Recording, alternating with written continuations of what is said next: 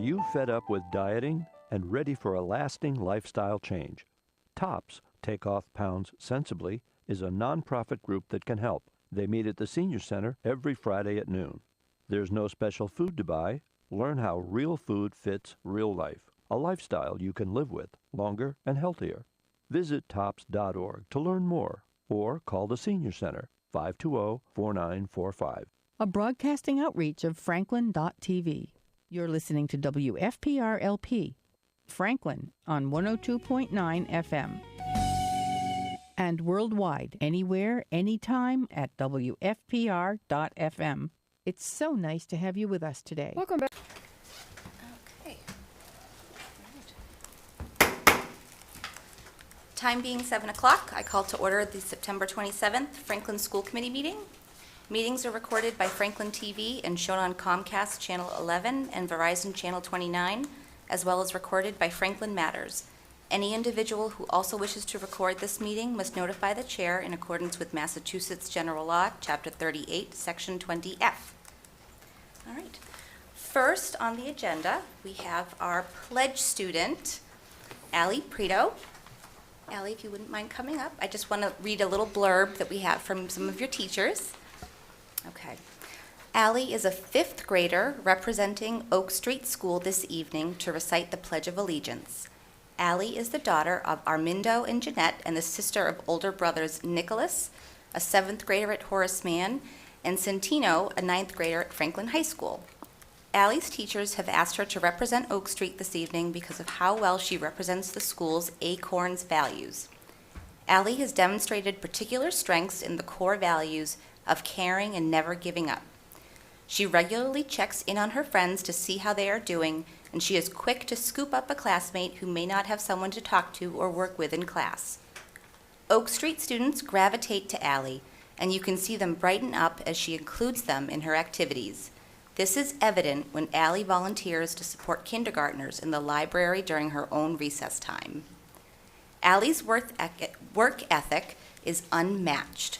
She faces academic challenges head-on and works diligently to learn new concepts.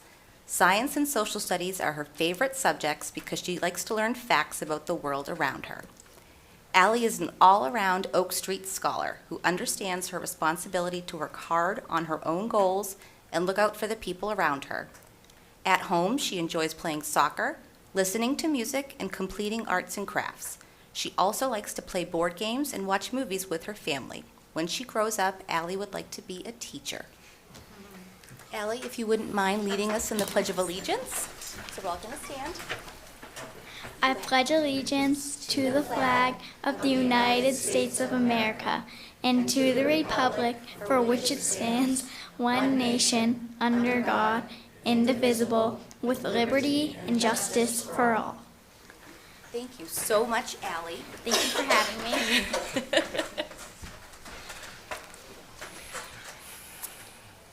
And thank you guys so much. Have a good night. Thank you.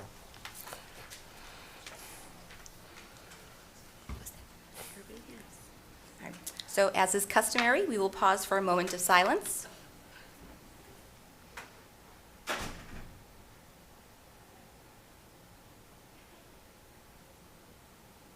Thank you. Oops, I'm very sorry, I forgot. We need to take roll call attendance. So I'll begin. Camille Bernstein. Present. Dave Callahan. Here. Al Charles. Here. Dave McNeil. Here. Elise Stokes. Here. Megan Whitmore. Here. Denise Spencer here. Thank you, everyone. Sorry about that. All right, routine business, review of agenda. Agenda looks okay. All right. Payment of bills taken care of. Payroll, Ms. Stokes? I reviewed payroll, it's in order. Okay. And we have our 2 student reps here this evening, Sid and Ahan, to tell us all about what's going on in the high school. Hi everyone, I'm Sid, I'm the junior class vice president, and I want to just give a brief overview of the whole school updates. So obviously with the beginning of the year you have homecoming coming up, and now a lot of students and parents were anxious for when is homecoming and they were wondering the dates. The date is now confirmed for October 22nd with the homecoming game being October 21st, and October 22nd is a Saturday this year. So that's one thing that a lot of students get excited for, and even parents get excited for, especially freshmen who this is like their first high school dance. They get really excited for that. Another important thing to note is all sports are in full swing now. Football played last Friday. They did suffer a loss, but it was still a good game to watch. And boys soccer is doing really well. Girls soccer is doing really well. Girls volleyball, girls field hockey. All the sports at Franklin High are doing really well, and they're in full swing now. Last Friday we held the club fair, which featured over 50 clubs, and that was a huge success. Like going around, seeing all the clubs, like everyone had such a positive mood towards it, and everybody was happy to see all of the people out there. So I think that was a huge success, and all those clubs are starting up this week. And then coming back to this week, you have on Wednesday and Thursday we'll have school pictures, and this Thursday will be open house night for parents, which is the Thursday at 6. And this is an opportunity for parents to get to know the teachers of their students, and for freshman parents, it's to get an idea of what high school's like, and what the high school looks like also. So a lot to look forward to this year. Thanks, Sid. My name is Ahan Shetty. For those of you that do not know me, I am the class president of the junior class at Franklin High. And just to give some updates on what the junior class is currently doing, on Saturday, October 15th, there are PSATs taking place at the high school from 7 to 12 p.m., 7 a.m. to 12 p.m. Students had to register by Friday. Also now, we have formed a prom committee. We had our first meeting 2 Fridays ago. We had over 20 students in attendance, and we're still welcoming students that want to attend the meetings. So we are meeting again this Friday. Meetings are taking place every other Friday until about Thanksgiving, where we want to start meeting more regularly and every Friday. Next, we have our first fundraiser, which is coming up pretty soon. We want it to be just to help budget our prom tickets and try to bring down the cost of those. Prom is on May 5th, 2023 at Lamberto's in Randolph, Massachusetts. For seniors, they are currently working on college applications right now. Early decision and early action deadlines coming up in the first week of November. So they're pretty busy with that. And that's pretty much it for the upperclassmen at Franklin High School. Thank you both very much for that lovely update. Does anybody have any questions, comments? Okay, all right, go ahead, get on out of here. Mr. Jagir, the superintendent's update. Great, thank you. Good evening, everyone. Just to follow up what Ahan mentioned, I know the early action and application process is underway. I would put a plug out to our Lifelong Learning, which does a lot of work prior to this to help students develop their college essays. And typically this date comes pretty quickly when you start thinking about November and the start of school and kind of where your focus is. But there's opportunities to begin that process in the summertime, in the spring, to develop those college essays so that you're less stressed during the fall of your junior year, heading into your senior year and whatnot. So I just would put that out there as a plug for Lifelong Learning to do a great job of hosting that and putting that on with our teachers. Okay, so on Wednesday, September 21st, the Franklin Public Schools participated in Early Release Professional Development Day. Pre-K through 5 educators participated in the second session of the ADL's Anti-Biased Education, a pathway to building more equitable, inclusive schools. The professional development series was based on a recommendation from our DEI committee last year and funded through Senator Spilker's budget, earmarked funds. At the secondary level, new teachers participated in Keys to Literacy professional development, while other educators worked on course-alike partnerships and explored new curriculum resources. Additionally, administrators, elementary specialists, and middle school CETs and ELA coordinators participated in the MAP growth training to learn more about communicating MAP growth results with families. We are currently preparing for an early release professional development day on Friday, October 7th, as well as our full professional development day on November 8th.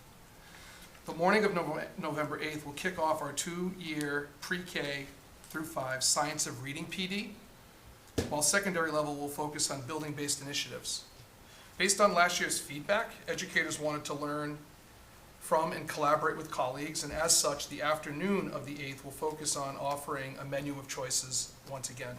The Office of Teaching and Learning sent out requests for proposals to all educators last week, and there are educators and leaders throughout our district who've been asked to host sessions, and they can take the form of 3 basic types. It's presenting ideas and strategies to colleagues, facilitating a roundtable discussion, or leading a collaborative planning session. We're excited to report that we currently have 27 responses, and we continue to encourage folks to join. In addition to sessions led by colleagues, some outside providers will also be providing some professional development on that day. We have an MCAS update.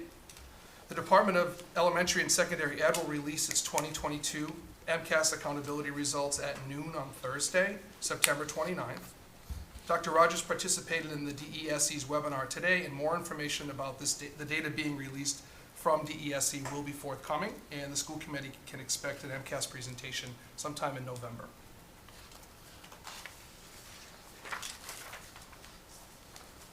As we return to school and settle into the school year, this is a time when we do our annual trainings, renew kind of our commitment to making sure that all of our educators, staff, and students have the information they need on an annual basis. And we have been participating in leading some trainings. And I'll look at the crowd here. We have some principals in the crowd who've also helped to make that happen. The first update is around school safety. So to walk it back, in the summer we conducted a school safety meeting with the Franklin Police Department's SRO unit, and we had representation from administrators at each level who joined us in that meeting, where we reviewed our current safety practices, procedures, and scheduled our drills for the fall and the spring. Our principals conducted in-person school safety trainings with all staff, reviewing our definitions, practices, and procedures. In addition, all students reviewed safety practices and procedures and participated in safety drills, which you may have received information if you're a parent last week. Those drills include bus evacuations, fire drills, and lockdown drills. Our principals have been communicating with families as students conduct these first rounds this month.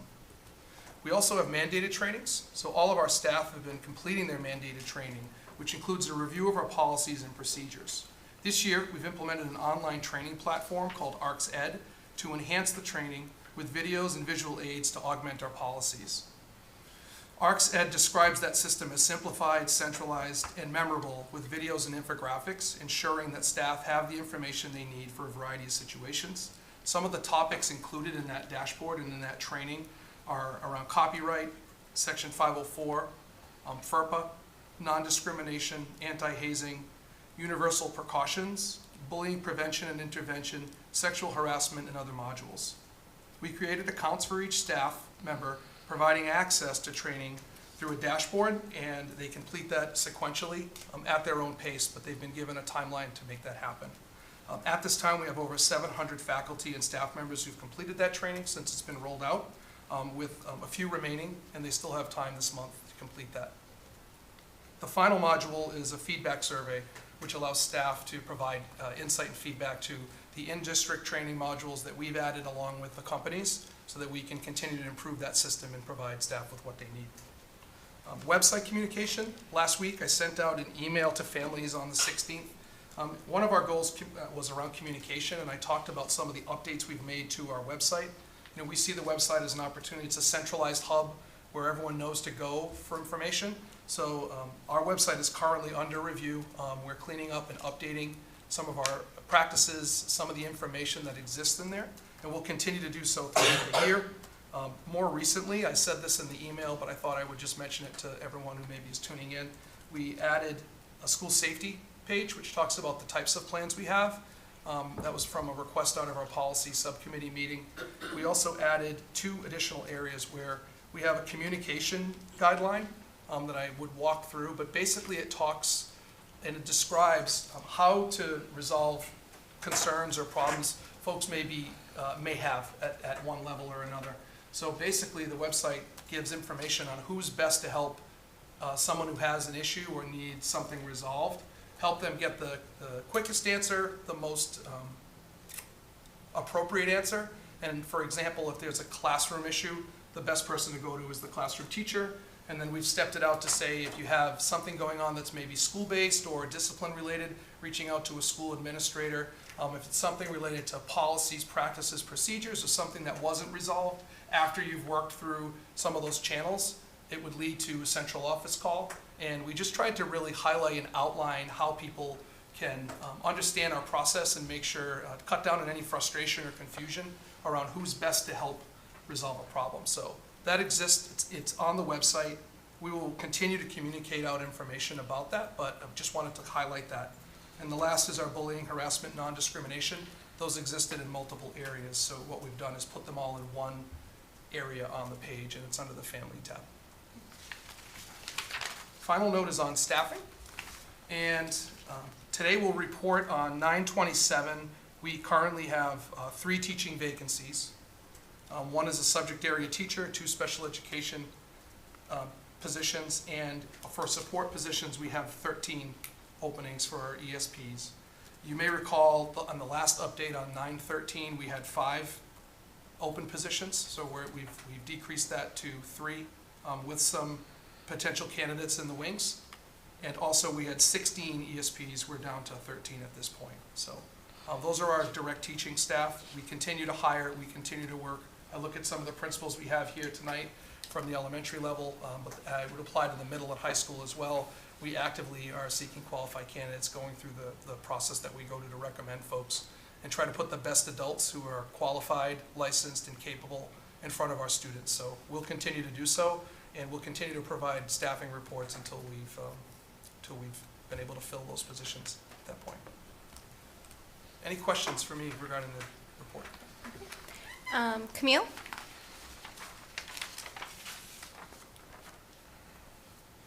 No questions right now. Okay. Dave Callahan? Thanks. Let's see. One of the things, thanks for the updates with the school safety. Yeah, no, it was, I'm glad that we were able to update the website to kind of include a lot of that information.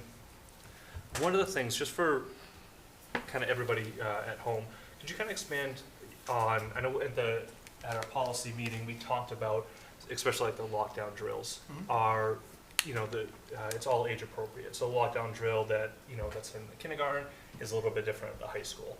Would you be able to kind of expand on that, at least just so that way everybody kind of has a better picture of exactly kind of what's happening during those lockdown drills? Sure. So just to begin, we made some conscious decisions to start this school year off where we were not going to conduct any kind of surprise lockdowns, drills, or anything of that nature. So those would be planned, coordinated with our building principals. At each level, we really try to look at what's most appropriate. So one of the studies that's come out over the time that we have been conducting lockdown drills is simulating lockdowns in an excessive manner can actually create trauma if you're trying to simulate. So we do not philosophically subscribe to that model. A lot of folks, particularly in the Northeast, don't as well. But we want to make sure we have kids that are prepared. So with every lockdown drill, we walk through, make sure that kids know and staff know to barricade, to lock down and get in their rooms, stay away from any type of open area. Talk to them about what they can do, but we certainly don't reenact barricading at this moment in time. However, we have staff that are trained to do that, and we've done that through the synergy training that we've conducted, and we continue to emphasize that. I'd say at the different levels, classroom containment, we have different acronyms that we use, and they each have a different expectation for how you go about work. Sometimes you're locking the building because something's happening outside of the building. You just want to make sure you don't have folks in and out. Other times you need to kind of lock a hallway down. With younger students, you could say you have a rabid dog, or there was something happening in the hallway that you needed to keep people in the room. And then obviously if you want to keep folks safe within your classroom, really just trying to make sure that we have secured doors. That's the biggest piece that we've learned over time, is around making sure that we have secured locked spaces. We do plan and will train on some of our open spaces because it's a different process for those, where you're looking, if you have the ability to leave an area, that's part of the training as well, is trying to prepare folks. So as we step this out and train our staff and make sure that they're comfortable with next steps, we continue to do that with our students as well. But certainly open areas is an area for you to just leave an area of danger, as opposed to trying to find a place like a cafeteria or an auditorium or something to that effect. Does that answer your question? It does. Yeah, these are awful and uncomfortable conversations to have and topics to be discussing. But I know at least over the summer, some of the conversations that we had out of the policy subcommittee itself, at least made me feel more comfortable knowing all the work that's going on and behind the scenes in the school district. So thanks for just kind of elaborating on that. And I credit our principals who lead buildings, who are there every day, working with the staff and students and families, and take this very seriously. This is obviously a very sensitive topic, but we want to make sure we are preparing people and trying to make sure that we have the right systems in place to, have our buildings be as safe as possible. Thank you very much. I appreciate it. Al? Yep. Thank you, Mr. Jaguar. So one thing that you mentioned that piqued my interest was around the new online training platform. Can you speak a little bit about that in terms of what was done before this platform was developed, and then what are the benefits that we're getting out of this? So when we've had new policies, we've pushed out a new policy and provided an update to staff. We've used Google Classroom to house our policies and procedures and asked folks to review. Our principals have dedicated some time during staff meetings to allow for our faculty to review some of those training modules and look through. When we've had a new policy like our social media policy, we've had to provide and elaborate a little bit further. But basically, we've had folks read, sign off. Our principals have been involved in engaging them, but we realized that we had an opportunity to enhance that and provide ARCS Ed, which is a company, it's a Massachusetts-based company, and one of the draws there was it was created by folks who work in education for educators, and it's really focused on Massachusetts policy and federal policy, but ultimately the state guidelines and all of their videos, and I've received some positive feedback so far from folks who've done it. I took the training as well, and I have some positive things to say. So while it includes our specific district policies, it pairs it with a series of infographics, videos that allow folks to interact in a way that's more meaningful than just reading text or engaging. So. Great, thank you. And does this allow you to be able to see the completion rate and track how things are progressing, and then be able to circle back if we need to ensure that people do the training? Is that? It has streamlined that. We've in the past had people sign off saying, and we have access to see that, but this certainly creates a dashboard and an account. You can actually see where people are in their progression. So if someone got through, say they completed 5 out of the 14, we'd be able to know that, maybe prompt and get a sense. And at the end of it, it doesn't mean we don't continue those discussions when we talk about bullying and harassment and whatnot. I mean, these are advisory topics, but this is more about that mandated training. So while it's compliance driven as far as mandated trainings go, there's also a lot of intersectionality between what our focus and what our goal areas are to try to continue to help support our staff and students in different areas. Okay, great, thank you. Appreciate that, Sure. that update. All set.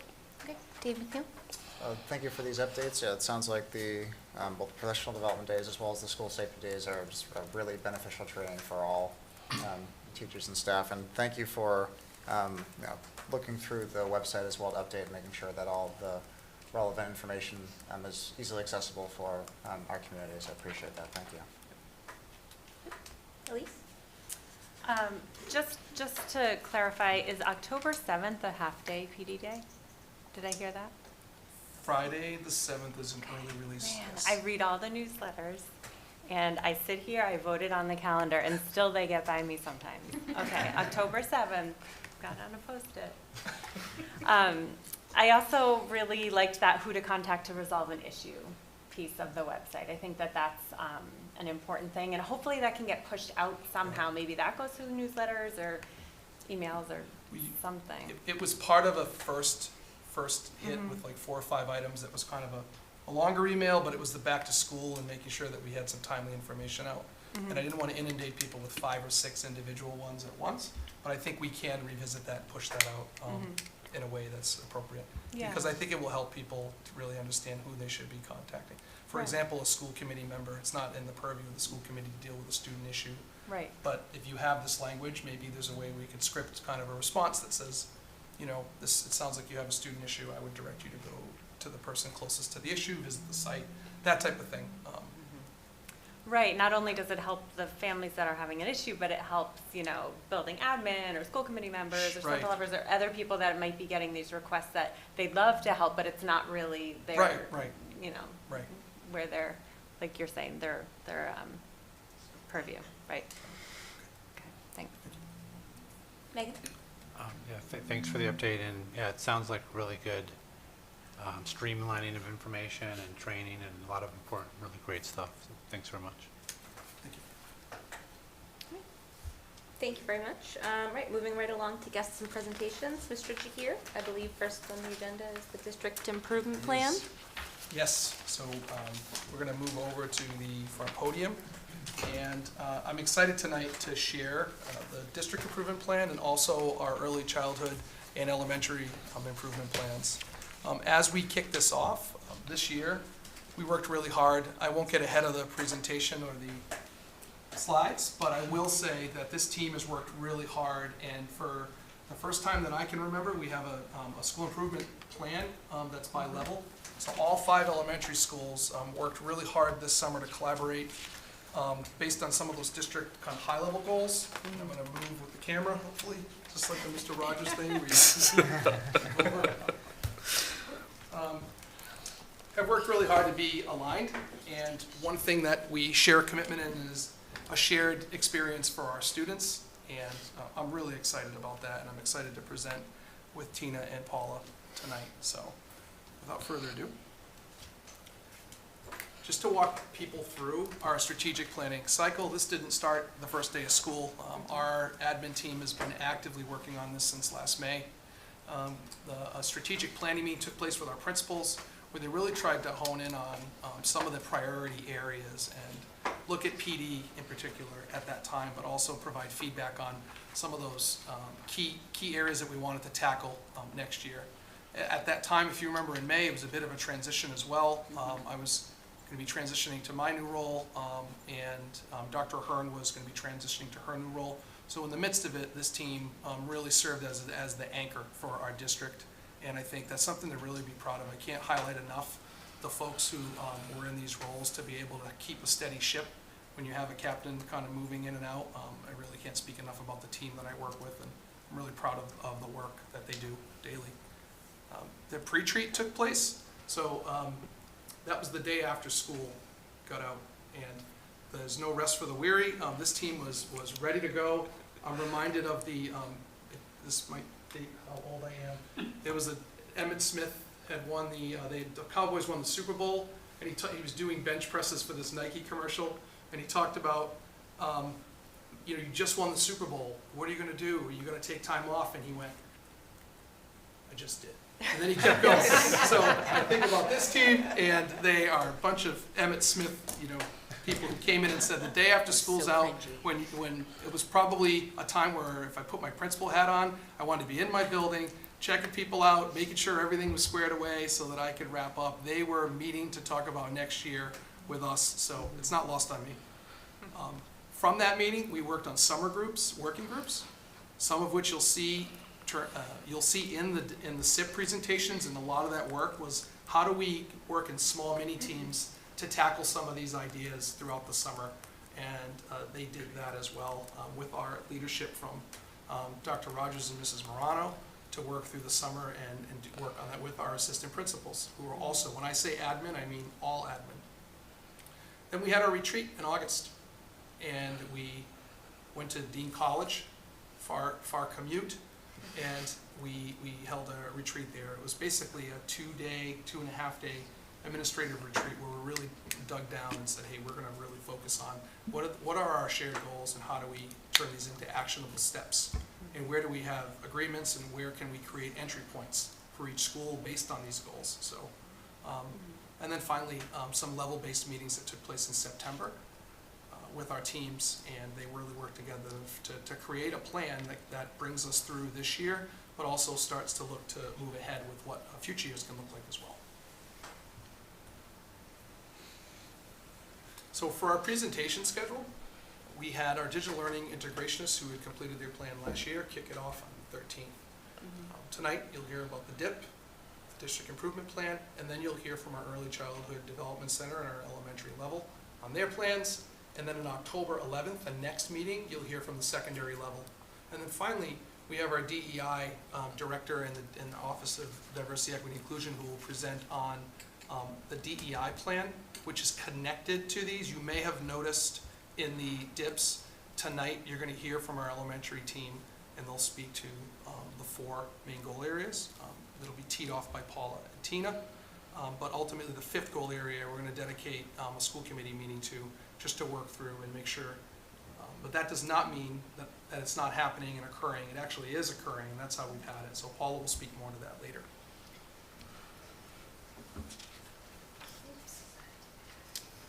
And that's it. Thank you, guys. Told you it was 10 minutes. Yeah, you win. Okay, here we go.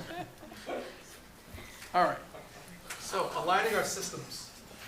I love a good systems conversation. So, for coherence and equitable student experiences. So, as a district, right, you'll notice in the plans that we had some shared district-wide areas, which included our core values, our vision, theory of action, the strategic initiatives, which is what that work leading up through the fall was, how we've allocated resources and how we've designed our professional development throughout the year, all align as a district to meet these goals. From a level-based perspective, they really worked on articulating those goals and the outcomes.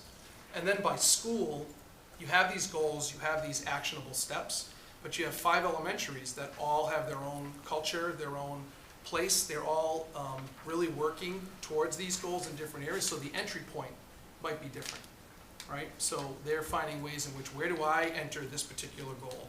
Where does my colleague, but at the end of the year, we want to make sure that we have created some shared outcomes across those levels. And we just call attention to our portrait of a graduate, which is basically like that guiding beacon, where we try to have students, and what we work towards is really trying to create kids. I say kids, but they'll be 18 when they receive that diploma most, and we want them to be confident, self-aware. We want them to have empathy, right? We want them to be curious and creative and really have the ability to effectively communicate and problem solve. It's really what this comes down to, and collaborate. So, as I said, you'll notice this on each page. I will hit on this so that when the principals come up to do their level-based, they can get into some of the strategic objectives and initiatives. But ultimately, we start with a vision. This is really tied directly to the last slide, which talked about portrait of a graduate. It's really our aspiration for kids, and it's really defining future success. So whether they're in 1st grade, 3rd grade, or 12th grade, it's what do we aspire, what skills? And I hit on that already. Our core values, these are principles that guide our decision making, right? What do we value? We want to make sure that our schools are safe and inclusive, that we're setting high expectations, right? We're creating a collaborative community, and SEL is a focus. And then the theory of action is basically what beliefs do we hold and will be the impact of our actions. So if we do those things, right? If we create those environments, then every student will have the skills that they need to be successful, right, as they move forward.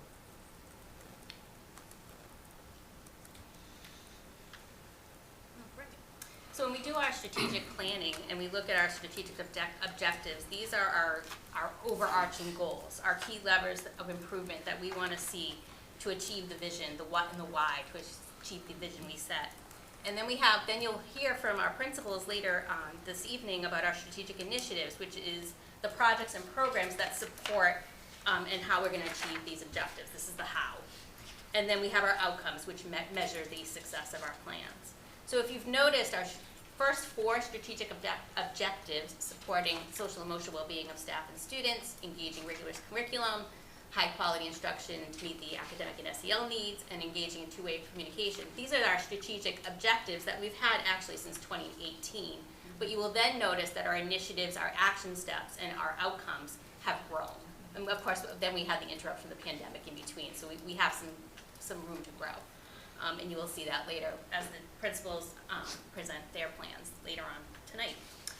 As Lucas mentioned, we had a lot of discussion this summer at our admin retreats about where do we put diversity, equity, inclusion. I can't even use the word I want to use. Is it within all of our strategic objectives like it has been since 2019, or do we make it its own objective? And there was lots of discussion, and what you'll notice is it's both. And we have woven it throughout all of our strategic objectives and initiatives. But we also, as you will hear on October 25th from Ms. Harris, thank you. Oh my God, I'm like blanking out today. Sorry, Jane. She'll talk about strategic objective number 5, which will go into details of what those initiatives and outcomes will be. So our first, as we said, is social and emotional well-being of students and staff. So we're going to look, as you've heard, about our tiered systems of support for our screening and monitoring and communicating student progress in the SEL realm, as well as implementing these tracking and communicating student behaviors. We talked about the discipline matrix. I think you heard about it earlier this fall. And then, of course, as we see, the equitable action planning, which is also going to be talked about in objective number 5. So we are already underway our advisory program in grades 6 through 12. I'm hearing some positive feedback from our students, my son being one of them, of really, developing those relationships and having, figuring out that community of peers and teachers that they can go to, those safe spaces. We're looking at consistent SEL screening practices, the EDECA, as well as the DESA screening across all 5 middle schools. This year we'll also be doing screening our students with surveys in grades 6 through 12 using the Panorama screenings and those surveys, and those we're beginning to get those up and running. And then, of course, we'll continue to monitor our student supports and progress through Panorama. Panorama is a student success platform. What it's going to allow us to do is have all our information in one place. So we're going to be able to upload our academic data, including MCAS data, the NWEA MAP data, access data, DESA data, as well as our attendance data, behavior monitoring, and incident reporting as well. It's all going to be in one dashboard. So we'll really be able to see and flag students who are having difficulties either in the academic realm or the SEL or behavioral realm. And then we'll be able to put interventions into place and then monitor progress using that one dashboard. So it's really, instead of having all these different Google Sheets and spreadsheets and whatnot, we'll have one place to look at all of this data. So we're really excited for this to be up and running, and hopefully we'll be up and running soon. That's part of the goal, is getting this off the ground. It's a big lift. It's been a lot of work. But once we get this, so that's part of the goal, is actually getting the system built. Okay, so moving into strategic objective 2, engaging in rigorous curriculum, you can see 3 initiatives of focus. The first one being a kind of a continuation of last year, in that all students have access to guaranteed and viable curriculum and high quality materials. So that's kind of an ongoing, it looks different at the different levels, but you can hear kind of regularly about that cycle. So that's ongoing. Strategic Initiative 2 is engaging in pre-K to 12 literacy review and developing a multi-year district literacy plan. So this is underway. We have contracted with Hill for Literacy. They have come in, they're working with a district literacy team, which I believe is upwards of 20, somewhere between 20 and 30 folks sit on this committee and are really working to drive a lot of this this work that's happening, which we intend the outcome to be a multi-year plan. So you'll hear more about the pre-K to pre-K to 5 side of that tonight. And then the third being evaluating standards-based grading, and this is really trying to understand grading practices and systems and to make sure that we're aligning our standards-based grading practices. So that's going to look different at the primary level versus the secondary level. So you'll hear a bit about that. But there's a lot of committee work that's happening here, so you can see some of the outcomes articulated there. That principals will speak in a little more detail about their action steps that are connected to it. And our next objective being high quality instruction to meet the academic and SEL needs of each learner. So we've been working, I would say, for 2 years to develop our universally designed systems, or an MTSS and UDL. We are working to implement tiered systems for screening, monitoring, similar to what Paula was saying around the SEL frame, the academic progress as well, and really having kind of the view of the whole student so we're able to provide these wraparound services from all facets. And then to continue our digital learning plan initiatives, which you heard at last school committee meeting, so it's connected to one of the outcomes there you'll see at the bottom. But speaking to the MTSS and UDL work, we've worked last year to start to kind of unpack what this means for us. What does MTSS mean? What does UDL mean as administrators last year? And we had the pleasure of inviting a speaker in the first day of school to really kind of jumpstart that with all faculty. And we're bringing the consultants back in to do some work with the administrative team just to make sure that we're not rushing the process, but we're really taking, slow and steady steps to understand what our tiered systems of supports are. And when we say universally designed learning, what does that mean? What does that look like? So we're not just kind of doing something new. So we're really trying to be thoughtful kind of in the sequence of that and really have kind of a 2-year plan of what that's going to look like. And then as Paula had alluded to, we're really trying to use that panorama dashboard to deepen our understanding of how we use data to support. So we have all these data points, but how do we actually use those to inform instruction, to inform the various supports that are offered to students at different levels? So you'll hear about that in the individual, the level-based school improvement plans. All right, strategic objective 4 was two-way communication. There's 3 main areas that we'll focus on for the district improvement plan. The first is related to facilities master planning and redistricting analysis. As we've discussed and provided updates to the school committee, we've sent some emails to our staff and the community just around redistricting analysis. And more information is going to be coming on this, but this will be a year-long plan related to that goal. We are meeting with our space needs subcommittee next week. Is it next week, Art? It's coming very quickly. Yes, that's great. Yes, everyone. Yes, it's next week. But also we have a recommendation later in the meeting as well to work with a consultant group to help us with an analysis. So this will be a goal that will be outlined through a plan, and really working to engage our community. So it's in a communication goal area because one thing we know is when it comes to this type of topic and work, communication's really a priority. So that's where it will live. Our community partnerships. We've had strong partnerships in the past. We plan to continue these along the way, rebuild some. COVID certainly strained and created challenges and barriers for our ability to engage with our community and in person in a meaningful way, but we hope to continue to do that as well through existing groups such as School Wellness Advisory Council, through our Substance Abuse Task Force, but also look for other ways. We have principals, we have school councils, and just continue to engage our community. The last is building a foundation for the next strategy for improvement. So one thing we've set a goal on is really trying to look at how can we build out our plans to be multi-year and have a multi-year strategy related to consistent goals. I feel like we've provided annually goals that have built off of the previous year, but just being intentional about what year 1, 2, and 3 can look like in a particular goal area would be something that we will seek to do. And that will look, you can see from the outcomes, there'll be a few ways in which that looks. And we'll just continue to look to communicate. And the website is one area that I mentioned, but that's one mode of communication that we'll look to continue to focus on. And objective 5, is this me? Okay. So objective 5 is one of the recommendations was to create an equity action plan. So once again, thinking about those goals and multi-year strategies, looking at where are some prioritized areas. You'll hear more about DEI on October 25th. Thank you, Paula. Where Heidi Harris will join us and present on the DEI plan, and it will hit on all of the facets of our system and where we can have those recommendations and build a plan that engages our community in the work and takes into consideration the recommendations. So there's also a lot of work happening at each level with students that are supported.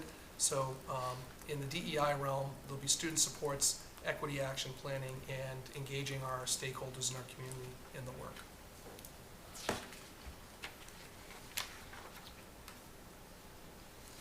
Okay, so those were the big strategic objectives. We're going to transition to the school improvement plans, but we've hit on, just so you know, when they come up, they'll focus on the goals and the action steps, but they're all linked to these particular objective areas. So I just would call attention to that, but I will pause. Do you want to pause, or do you want to roll into what would, I can pause for questions on the district presentation? Sure, I'll review that. Camille, do you have any questions or comments?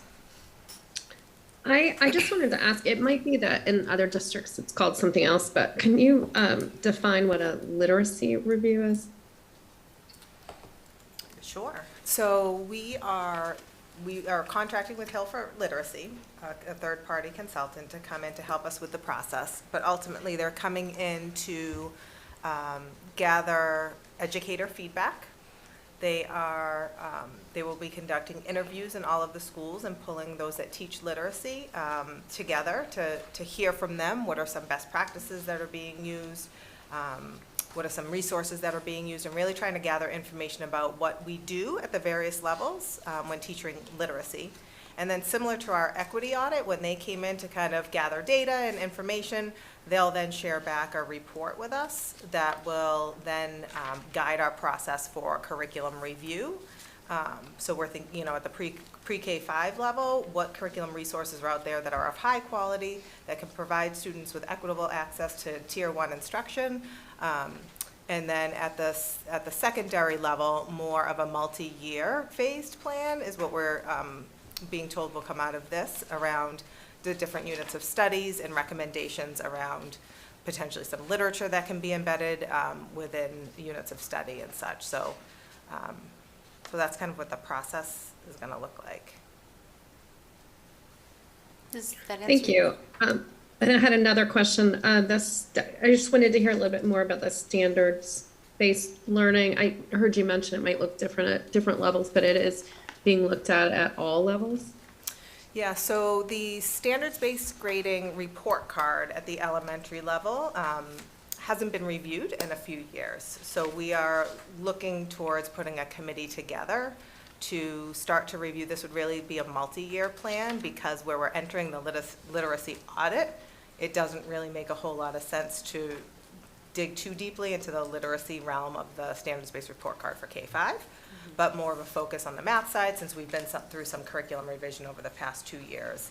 You'd also notice, as parents sitting on the committee potentially, some of the work habits that are on the report card could use a little review. So that's what we mean when we say standards-based grading there. And also when we think about the different, mastery and progressing and the different the different delineations that are on the report card, where our staff and their understanding of what does it mean if I say a student has mastered in term 1 this particular standard, and my interpretation might be different than somebody next to me if we didn't receive the same training that happened, however many years back. So that's really the K-5 realm.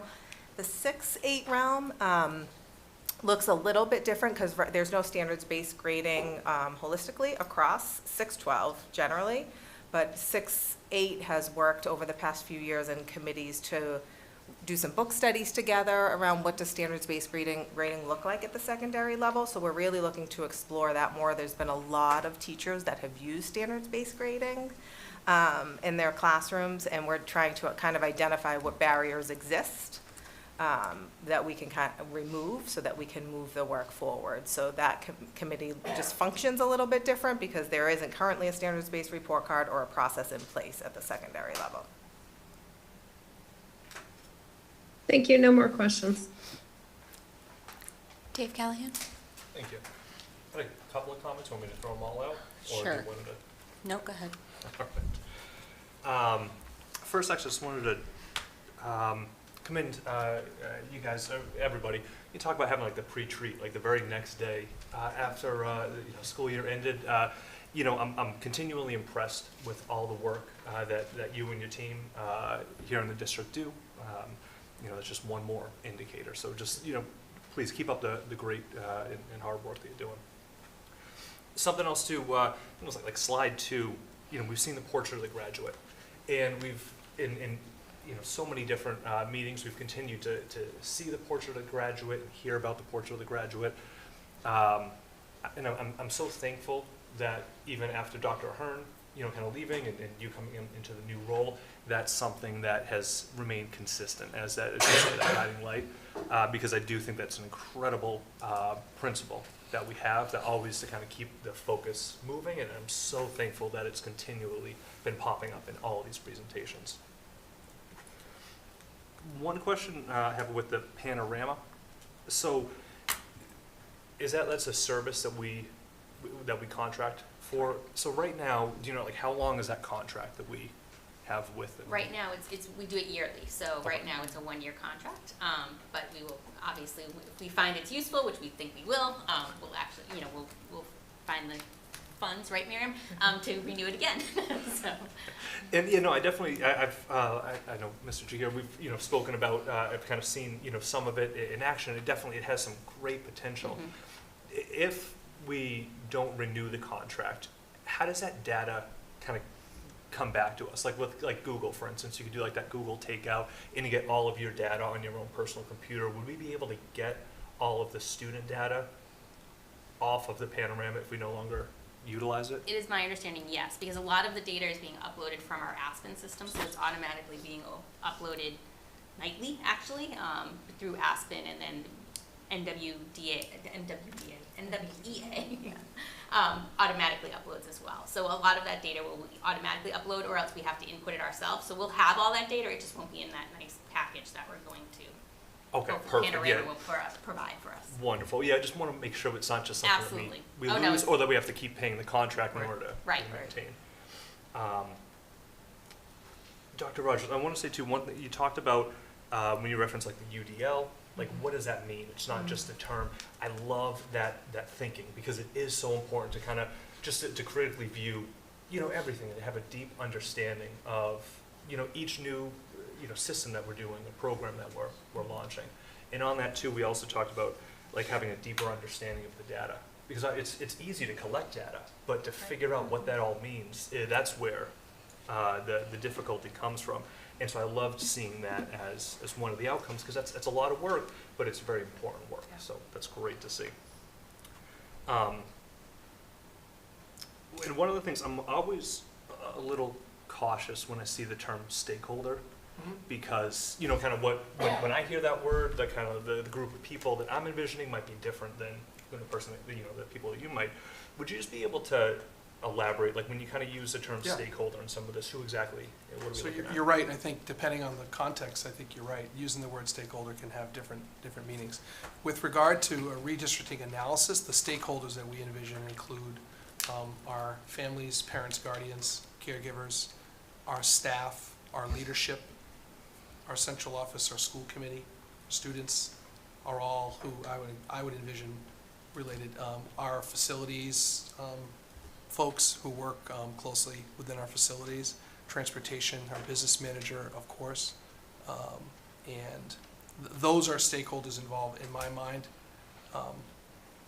with any kind of analysis to that level. So that's who I meant in that particular context. Thank you very much. I really appreciate that. Sure. Al? All right, yep. So just to echo my colleagues' comments, appreciate all of the work that all of you've done. It just shows the prep work that we're doing to really set the foundation strong and really build upon this and grow. The part that really once again I gravitated to was around Panorama. I feel like that's going to be phenomenal for the school to be able to see holistically where things are and the trending. Is there going to be a view that a parent may have for their own individual child in their history? Is that part of that product as well, or is it mostly just for administration? It's mostly for administration and teachers. Okay, all right, great, thank you. And then as far as the updates on the goals and how we're progressing, is this going to be a quarterly update that we'll get? I guess, what's the frequency that we? So I don't want to steal the thunder of our admin who are going to present their SIPs, but we have goals, and we had a district view from this perch As we get into those school improvement plans, you're going to see actionable steps with some more clearly defined outcomes by level.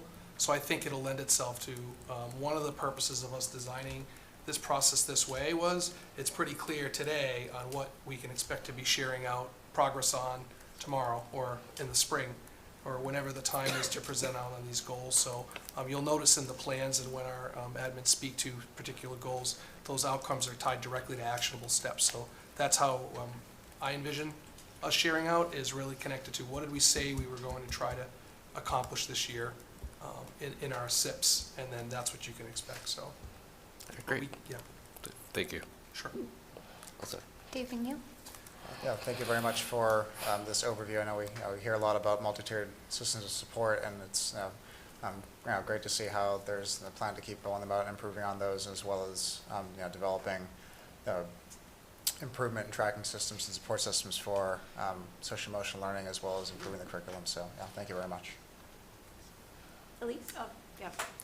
I thought there was a follow-up question coming, but no. Okay, I think this is all, phenomenal. So much work has gone into this. I think I'm feeling a lot of comfort in the first 4 because we've worked with these over a number of years, and excitement about the 5th one because we've talked about that so much, and now we're like putting it right on paper, right at like equal status or importance with the other 4.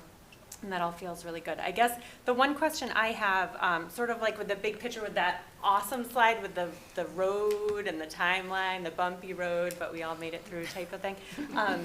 I love this. I love this slide. So I do wonder, like, are there teacher voices involved in this process? So is there like a trickle up as far as like teacher voices? I know, obviously with the visioning, this is all your role, all of the people in this room, to create this and then sort of figure out how to bring it forward, through the building-based staff to our students and families. But also I think that their feedback and experience being, boots on the ground, a lot of teachers having a lot of seniority and being here for a really long time and sort of living through a number of different central office seasons, we'll say, and just sort of, I guess, in our society, different trends, as far as, not to jump ahead, but like science of reading or whatever it is, like, certain pendulums will swing and whatnot. And I guess I just wonder, are there teacher voices in this, or how, how is that factor in? I'll answer, but I also would want to save some air for others and let the presentation play out, because in some of these areas, it's a great question. When we think about the idea of making sure that we have systems in place that allow teachers to have information that's digestible, accessible, and able to put plans in place. Our admin have worked really hard with our teachers on designing what do we do with this DESA information, for example, at the elementary level. They've created multiple tools, toolkits, strategies to try to really engage. Our SEL committee worked hard, this is just an example with DESA, to put together what types of interventions or responses can we have for kids who are flagged as needing support in a particular SEL skill, for example.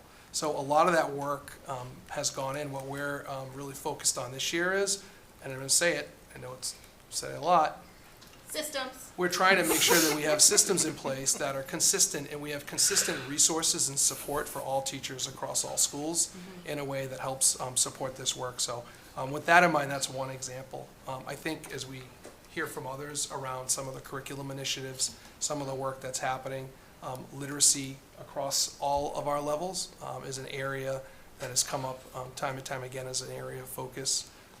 Science at the middle school level, when I think about some of the work that's happened with Dr. Rogers and the committees that have been put together, I give a few examples that way. I'll pause there because I don't want to overspeak, but I would say yes, and we'll continue to look for ways to engage our teachers and, I won't say stakeholders, our constituents. Okay, thank you. Megan? Yeah, thanks for the presentation, and yeah, I'm always impressed with our district's dedication, hard work, focus, and planning that goes on behind the scenes, and adjustments and sort of like assessments, right, that are always going on with that stuff. So I think it's great. Thanks. All right, I want to hear from the real rock stars. Let's go. Thank you. Thank you.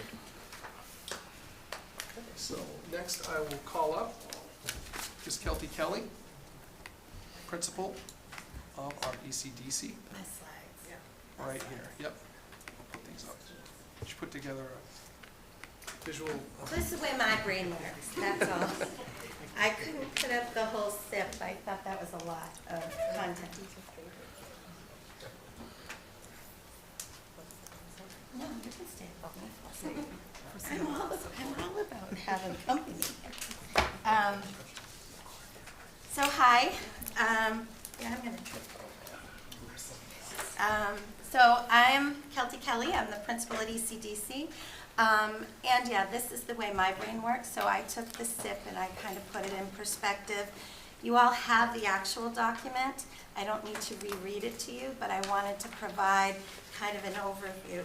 I will say we got an email from Lucas asking for specific examples, and I've 2 handouts that you can pick up after that I'll kind of allude to, so you kind of have some idea. I just don't know which button to use. Okay, thank you. So I always start like we start our district improvement plan. We go right to our core values and mission. And if you ask about where the teachers are involved, if we all come from this place, we've done all this work together, the ideas that come up in the improvement plan really come from the work they've done, and the families as well. So starting with social emotional well-being of staff and students, I think you're going to see from us this continued focus on SEL. Now, I've talked about this before at the early childhood level. This has always been the foundation, but we haven't always been able to tell the story of that foundation. Our teachers are all special educators, so they do an amazing job at monitoring, collecting data on every student, and they recognize some of these challenges. But again, it's all in how we do it intentionally and can reflect on it intentionally. So one of the things that's going to come out are, one of the things we noticed in our screening and testing processes. So we have an obligation to test students who aren't enrolled at ECDC, who have a possible area of disability as well. It's actually a legal mandate to find, so if you know of any, send them my way, every child who would require specialized instruction. So we provide regular screenings and evaluations as needed for children, and our typical screenings for years have always included a general educational screening and a speech and language screening. We've noticed that sometimes kids come in and they can do those basic content questions. They can count, they can sort, they know who you are, they can say your name, but they go to preschool and they're ripping up the building. But our tools didn't necessarily tell that story.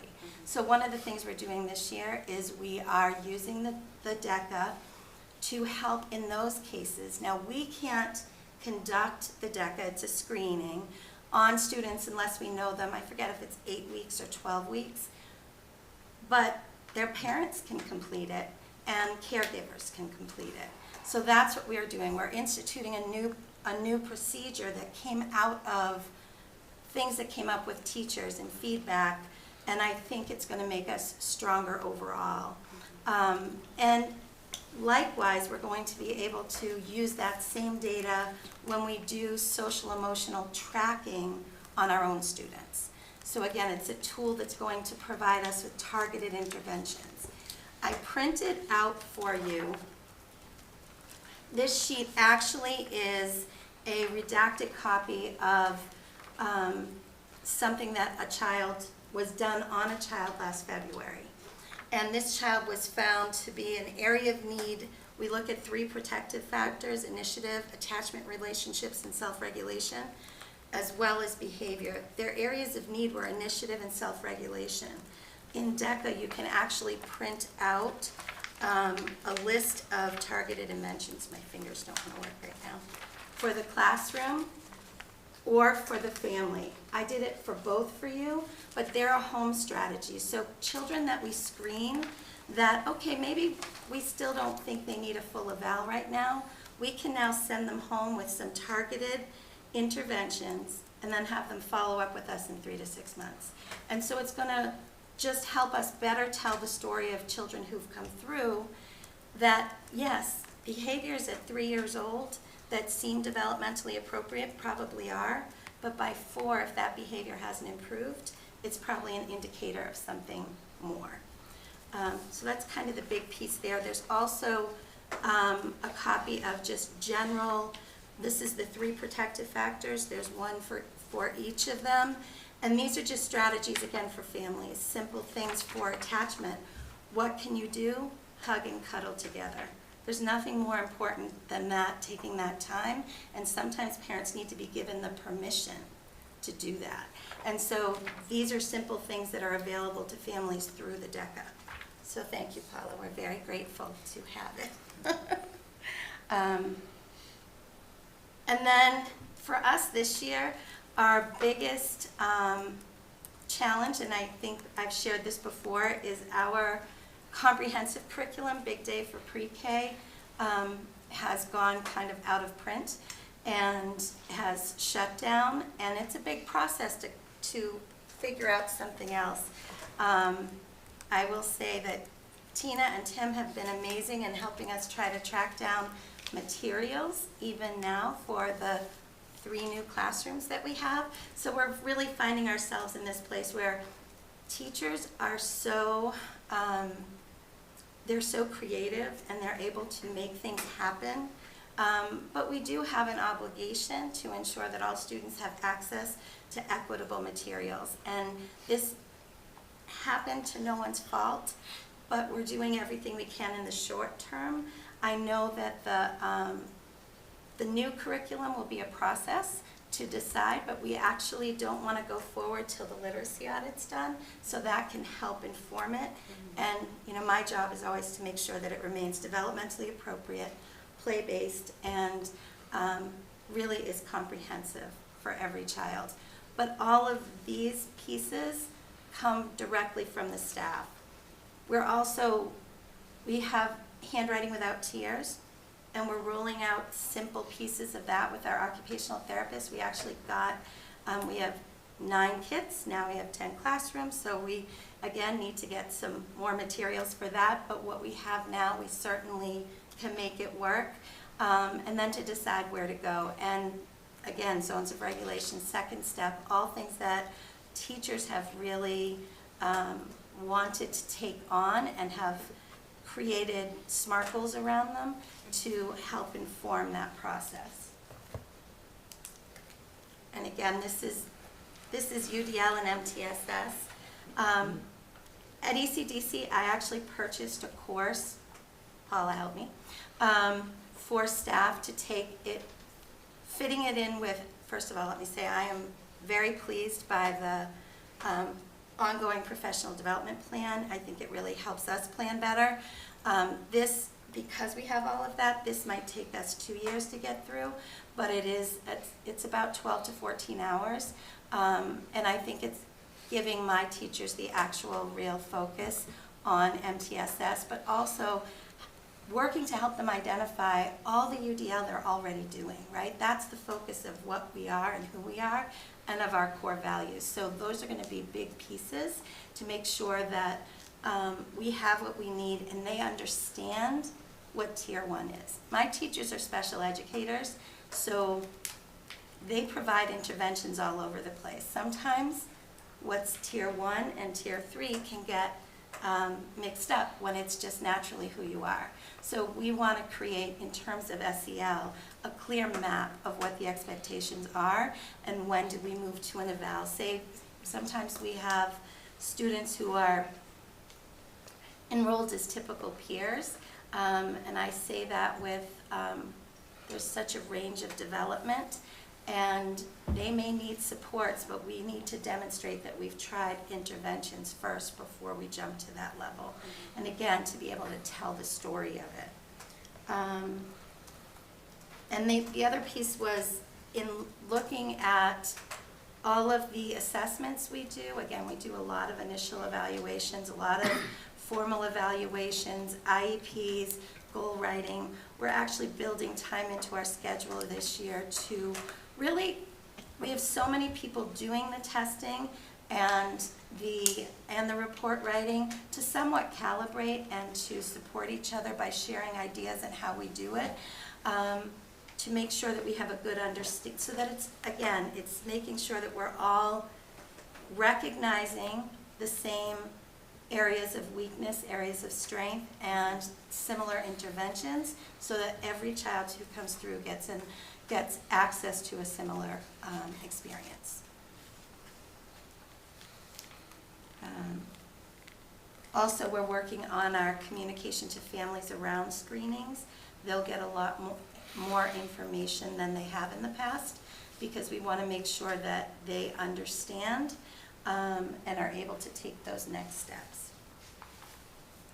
And then two-way communication. I have seen a tremendous challenge here.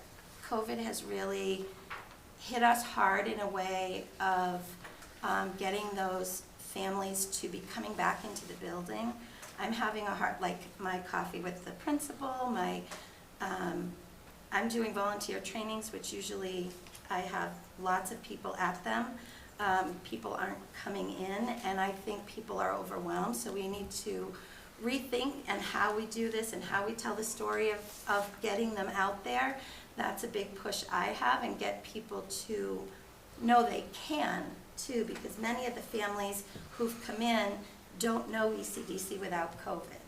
So to know and understand and retell that story, because most of our students are with us for less than 2 years. So most don't know that these were things that were available to them. So how do we make sure we have no assumptions and make sure families have these opportunities? I think going back to an in-person, fun curriculum open house night, which is what we always do, I think that's going to be a really important piece, to have people there to help talk and make those connections and help people come through the door. And then I think we also have to really focus on recruiting highly skilled staff that reflect the students and families at ECDC. And I really want to, put a point on that. I think that's going to take time, but I think it's something that is really important. We have a very diverse group of families at ECDC, and we have to find highly skilled staff who can help us do that. I still have an opening, so if anyone wants to come to ECDC, this is my plug. I have one ESP position. Come talk to me. And that's it, because I didn't break out DEI. I just did the 4 that we are currently working on. Before we send you back to the audience, I figured we'd ask if anyone had any questions or comments. Camille, anything for Kelty? No, thank you. I'd like to celebrate that we do want staff that reflect our students. So thank you so much for ending on that note. Dave Callahan? Thank you very much for the presentation. Just a couple things I loved. You talked about like the take-home map. Yeah. That's fantastic to be able to have that additional resources to the parents, so they can work with the children and know, some of the best practices and what to expect moving forward. The participation rate, with the COVID pause, I was also really glad that that's being acknowledged, but that no assumptions, like line to say, just to be able to rethink that strategy and figure out it's not necessarily just to say, all right, we're going to just reset and do exactly what we were doing before, but let's really rethink how to best pull everybody back in. So that was, really glad to kind of hear that's the thought process. And also too, in terms of the recruitment, and I meant to mention this too, just in the overall FPS, but I'm glad that we already kind of have our eye on that recruitment phase. You know, obviously, I mean, you have an opening yourself right now. We have the 3 openings in the classroom. You know, it's an issue today, but it's going to also be an issue tomorrow. And it's something that, you know, we do need to have the focus on right now about how to continue to enhance recruitment, so that way, you know, come September, you know, we're in a very good position next fall. So thank you very much. We really appreciate everything. Yeah. No questions. Thank you. David Neal? Thank you very much for sharing all this with us. And I really think it's just so beneficial with the screenings of how you provide for really personalized educational and support experience for all the ECDC students. And just a clarifying question. So for the targeted interventions that are kind of created through these screenings, so those are interventions that are kind of shared with the parents and then also enacted in the home in tandem with the school curriculum for every individual student, or? So, so last year we took EDECA and we did it with all of our students. Now remember, our teachers are special educators, so we kind of tried it. They are already doing the strategies in here. They already know them. What we found were not to use it with everyone, but for a child that they saw was having an issue, to do it, or a child who was doing great in class, but the parents were reporting at home they're a different child, which happens a lot. And that can happen because we put certain structures and routines in place that are reflected in when you look at this document. So the classroom ones, my team didn't feel as helpful because they already knew to do them. So if a child has an area, this will be done, and then these strategies, specific interventions, what I picked here are just a few. There were more that you can pick and choose for each child. I randomly picked them based on the initiative and self-regulation. But to be honest, depending on the family you're working with, you might pick 2. You might pick 1. Let's start somewhere. And I just wanted to show you a good range of things that are there. Some parents have the capacity and the desire to try lots of things. Some don't, and we know that because we know our families. And that doesn't mean they can't get there, but guess what? It's better for them if they start with 1. Do 1 and do 1 well, and then come back, and then we'll do the next one. So that's really how this is designed to help us through that process. All right, yeah, thank you for that clarification. It seems like it's a very valuable tool to provide these parents of these students with the supports to assist their education, both at the home and ultimately, which buttresses their educational experience at the school. So yeah, thank you for that clarification. Thank you. Elise? I'm so excited about those resources. So it's, I think there's a lot of power in it for a number of reasons, and especially because it's database. So you're not just saying, oh, as a teacher, I think you should this, and this. You know, it's like not my opinion. It's, oh, you know, based on this assessment, these are sort of the matched interventions or strategies that could be helpful for your kiddo. And I think that it really provides like almost like tier 2 support for kids that don't necessarily qualify for special education, so they're not coming into ECDC yet, but they're going to come into Franklin Public Schools when they're in kindergarten. And so like, how can they get a little bit more targeted instruction, whether it's from their families, or maybe their families can then share it with their, you know, daycare providers or community preschool staff.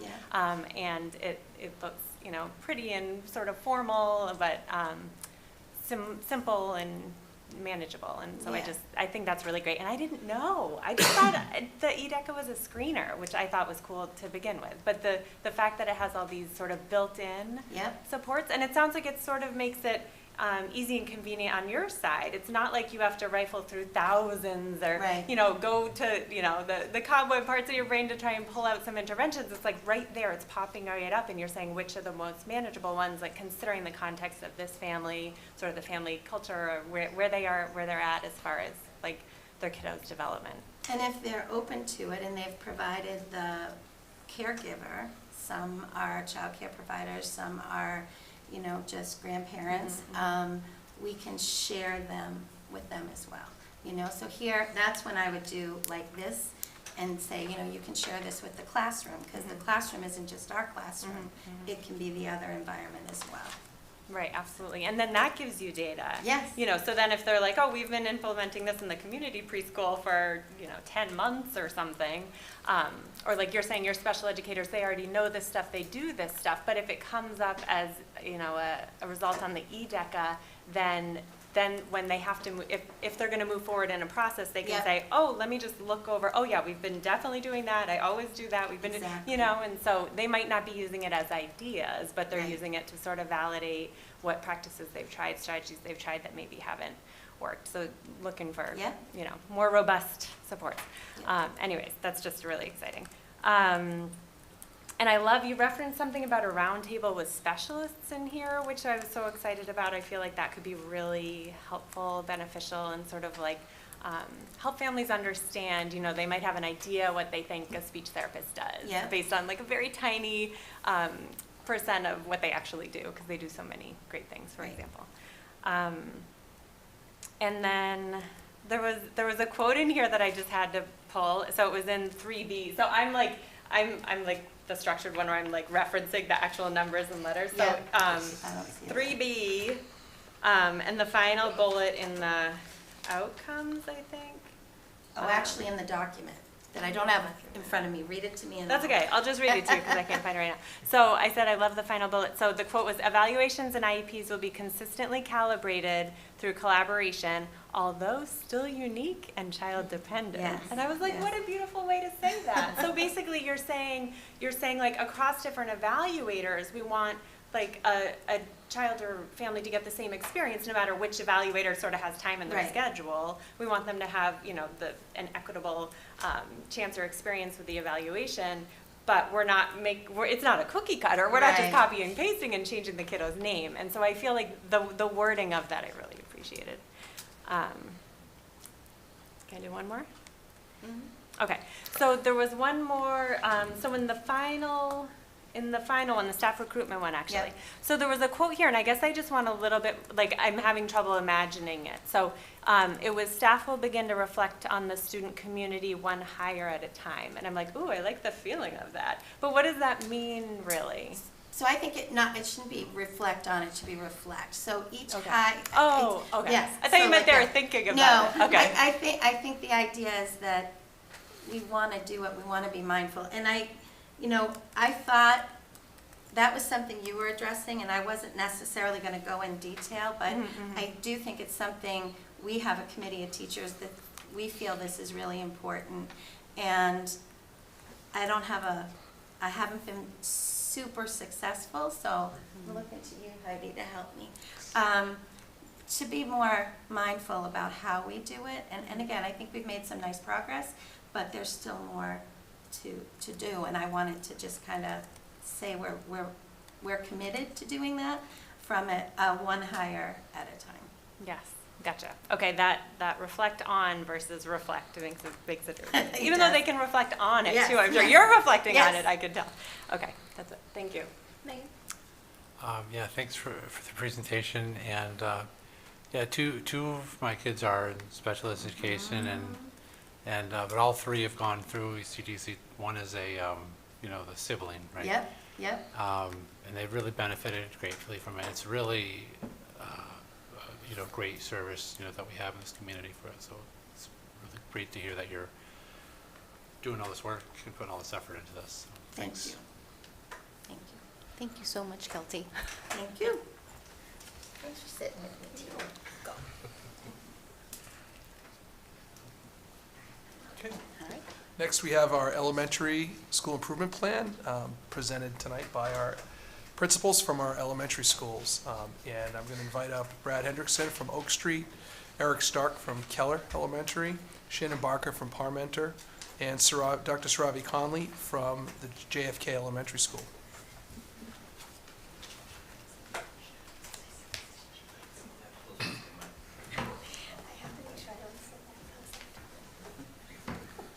Good.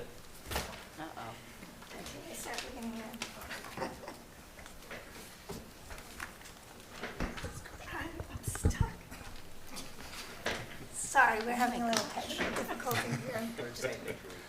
Calamity over there. Well, thanks for having us tonight. First, I would like to recognize all of our assistant principals who have assisted us in creating the school improvement plans and also in the hard work that we do to implement this and so much more in our individual schools.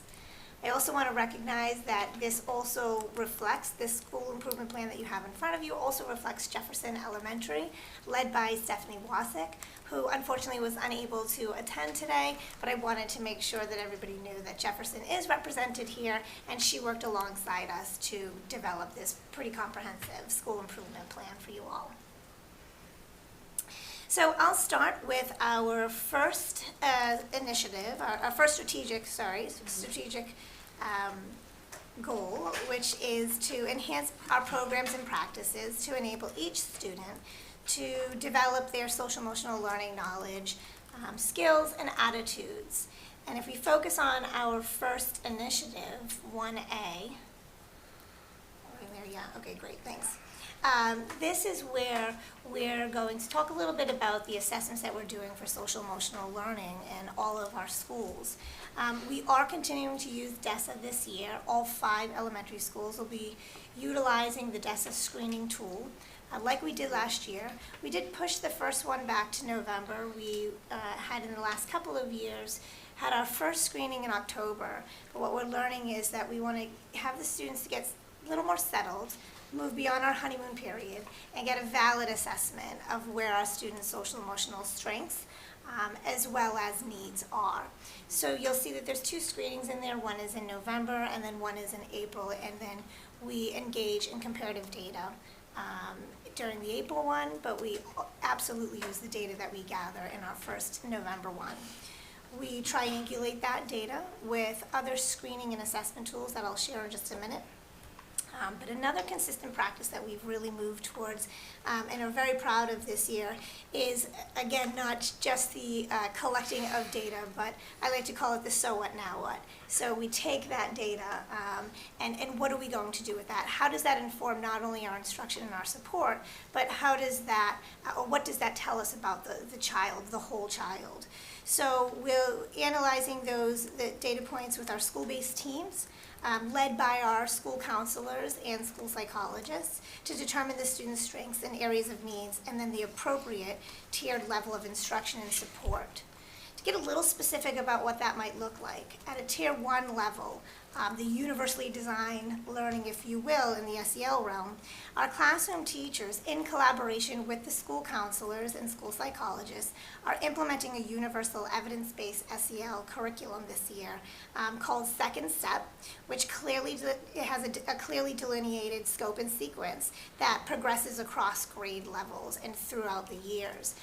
Some teachers trialed this last year, and to your point, Elise, some real positive feedback came back from that with the evidence-based Tier 1 level instruction that all students will get.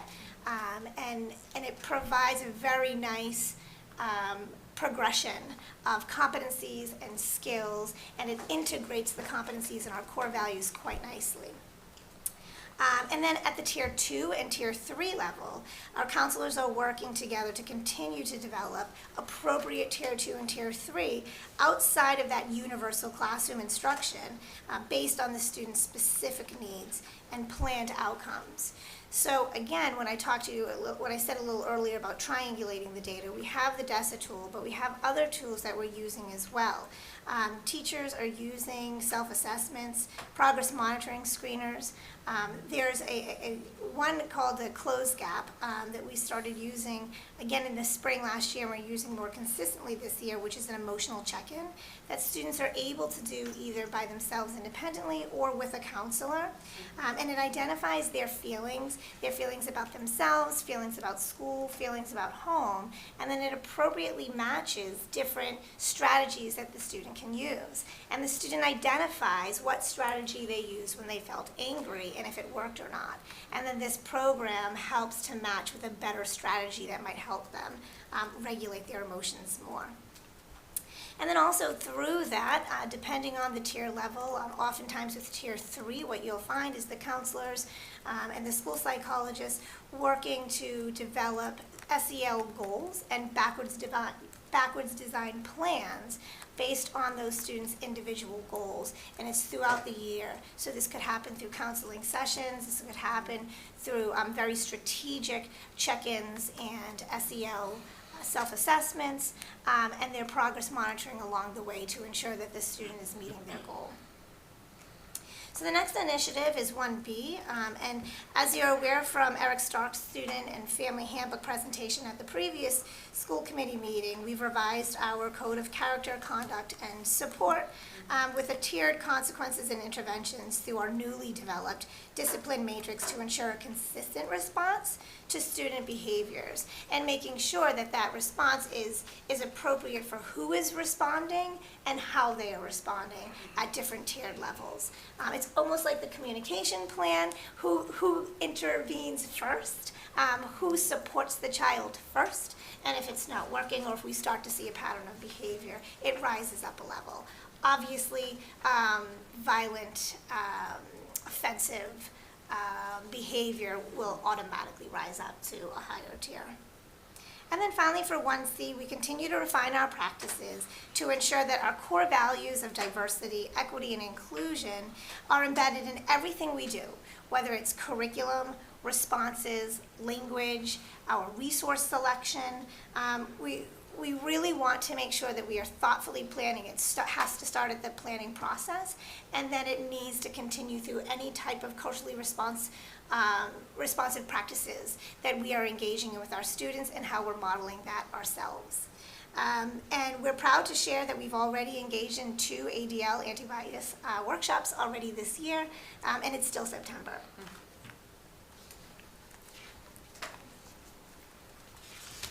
Hi, good to see you all. Brad Hendrickson, Principal, Oak Street Elementary. I'm going to be talking through strategic initiatives and action steps for strategic objective number 2, engaging in rigorous curriculum.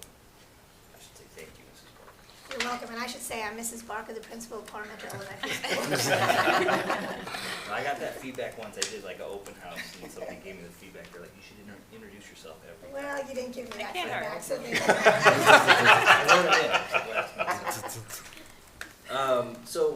I'm going to talk through 2 pretty big rocks that are up here, talking about math curriculum and then literacy review, creating a literacy review plan. So I'll talk through those as I go here. So we're in year 2 of the illustrative math curriculum, which is a coherent research-based problem-solving curriculum that we use in, well, it's K-8, but we're going to talk specifically about K-5 today.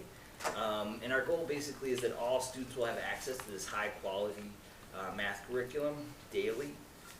And what that looks like in year 2, being that this is a problem-based curriculum, it's a different way of teaching math, different from the way that I learned math and the way that I taught math in some areas, but it really feeds the way of developing a conceptual understanding and having students really own the math that they're learning. What that looks like in year 2 is I'm going to talk a lot about the math specialists. They're owning a lot of this work in our buildings. They're going to be working with teachers during common planning time to really help them unpack units of study, continue to do that work, and unpack lessons with a focus on what are the questioning, how are you using questioning in your lessons to help students develop and deepen their thinking, and then also like mining for specific responses. Who are you going to call on to share their thinking with the class, so then they're able to support and elevate the learning of all students within the classroom. Becomes more of an artistry to math teaching, and that's some of the focus that we're doing, continuing that work in year 2. Some things that we're doing to enhance the work, the math specialists are really working around fluency, tiers of instruction, and assessment. This summer, they started with fluency. They revamped the fluency assessments to make them interview-style assessments with the students to get some specific information of where students' needs are, and then they match that up with specific games that teachers can turn key and use to address the needs in the classroom. With tiers of instruction, they're developing a Tier 2 intervention plan for all grade levels. It's really formalizing the work that they started last year with the interventionists at the building level, helping them to design specific interventions in mathematics that are just-in-time interventions for students while still giving students access to Tier 1 instruction. And then with assessment, they're working to tailor the IM assessments to be more comprehensive and fully address the standards and make sure that we're providing information for teachers that's actionable around what it is that they just taught and what it is that students have internalized and mastered. And then switching to 2B, the literacy review, this is a big piece of what we're excited about in elementary school. If we're talking about Tier 1 and core programming, this is a big thing that we do in elementary school, and so we're excited to be engaging in this comprehensive review of our literacy program. So we're partnering with Hill for Literacy and the literacy specialist to go through this process. Basically, it starts with, Dr. Rogers talked about it. What they're going to be doing is collecting data, doing interviews to determine a root cause, and then they'll work with us to create a plan to address those needs. And then along that line, we're also going to be engaging in the Science of Reading PD, which is a multi-year piece as well. But for this year, we're going to have 5 different sessions that teachers will engage in starting in November, I believe. And then the last piece, the Science of Reading PD, this is just an opportunity for our teachers to learn more about what is the research-based, the latest research-based practices for literacy, ways for them to think about as we're doing this process and trying to do a curriculum review. But right now, what can we do to enhance our practices in the classroom and revise our current units of study while we go through this multi-year process? And I think those are big things, but that's where we're focused, kind of continuing that work for strategic objective 2. So I'll turn it to Mr. Stark and Dr. Connolly. First. Good evening, Saravi Connolly, principal at Kennedy Elementary School. So for strategic objective number 3, delivering high quality instruction to meet academic needs and social emotional needs of each learner, our goal this year is to develop a common understanding of multi-tiered system of support, also known as MTSS, and Universal Design for Learning, also known as UDL, across the elementary level. So in the past, we have used different components of MTSS within our buildings in varying capacities. And with support from central office, we began our own professional development work last year. Because we found that this work is so important to support the needs of all students, we decided to formalize it in our level-based school improvement plan.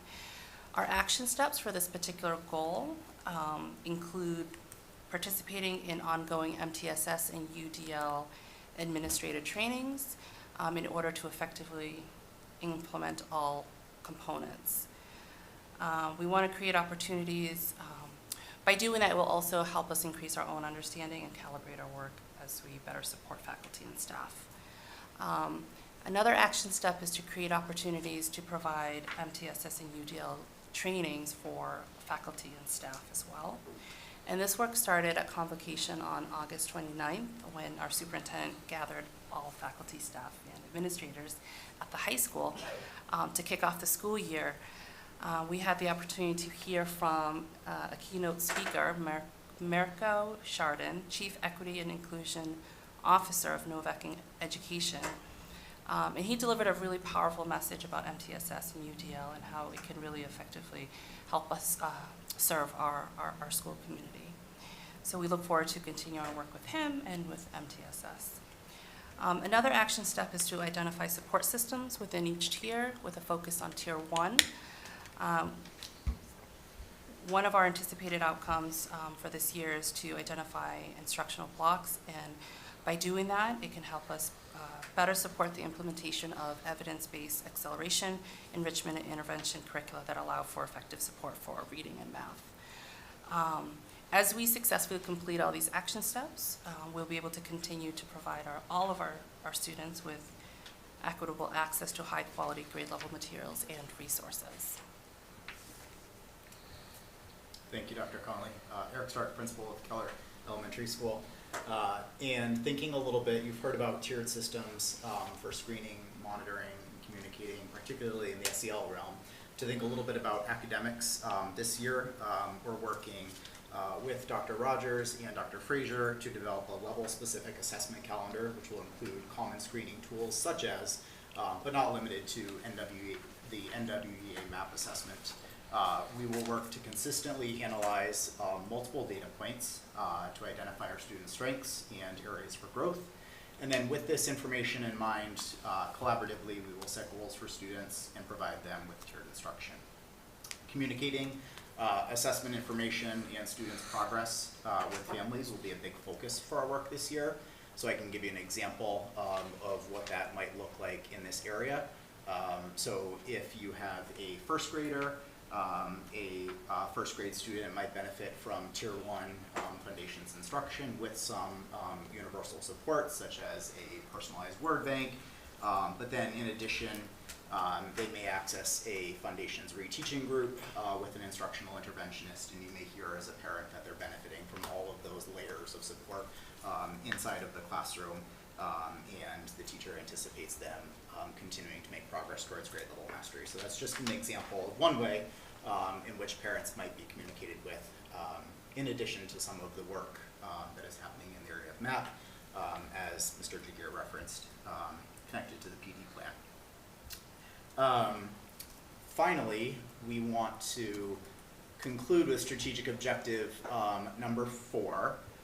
So as it relates to this objective, we want to note that, just as kind of Mr. Jagir said, to some degree, COVID has strained all of our kind of physical connections with one another. And this year, as an elementary level, and Kelty referenced this too at ECDC, we really want to focus on bringing that physical connection back. So we're really proud to share an initial and early action step, which is that all 5 elementary schools work to redesign our back-to-school nights to include the presence, if families chose, of students. So students came in some cases and accompanied their parent, guardian, caregivers. They were proud to show them around their schools, introduce them to their teachers, and our turnout was some of the best we've had, just personally speaking, for Keller. So it truly felt like a inclusive, all-in night and a wonderful kind of initial step towards this goal. And then just kind of a last couple of comments. I think it's important to note that this work doesn't end tonight. There's a cadence that will take us through the year to accomplish all of these things, and where the teachers kind of pick up next is our work with them to align their SMART goals and to recruit them, in addition to all of our assistant principals and central office administrators to really lead and do the hard work connected to all these things. So we have a saying at Keller that we say on our announcements, it's a great day to be a Keller kid, and I think it's a great time to be a student in Franklin Public Schools, given everything you've heard tonight. So we can entertain your questions. Okay, thank you. All right, Camille did have to drop off. She's still not feeling really well. So I will start with David Callahan. Thank you all very much. One of the first things, and I meant to mention this too during the ECDC, but I love the column of the persons responsible for each action. That's fantastic to see. Just, obviously it adds that much more thought, but then also kind of puts the responsibility on each individual person. So it was fantastic to kind of see that breakdown. A few questions. One of them, so we talked about tracking students' behavior using Panorama. And so that's already in effect, K-5? It's not, no. So we haven't rolled it out.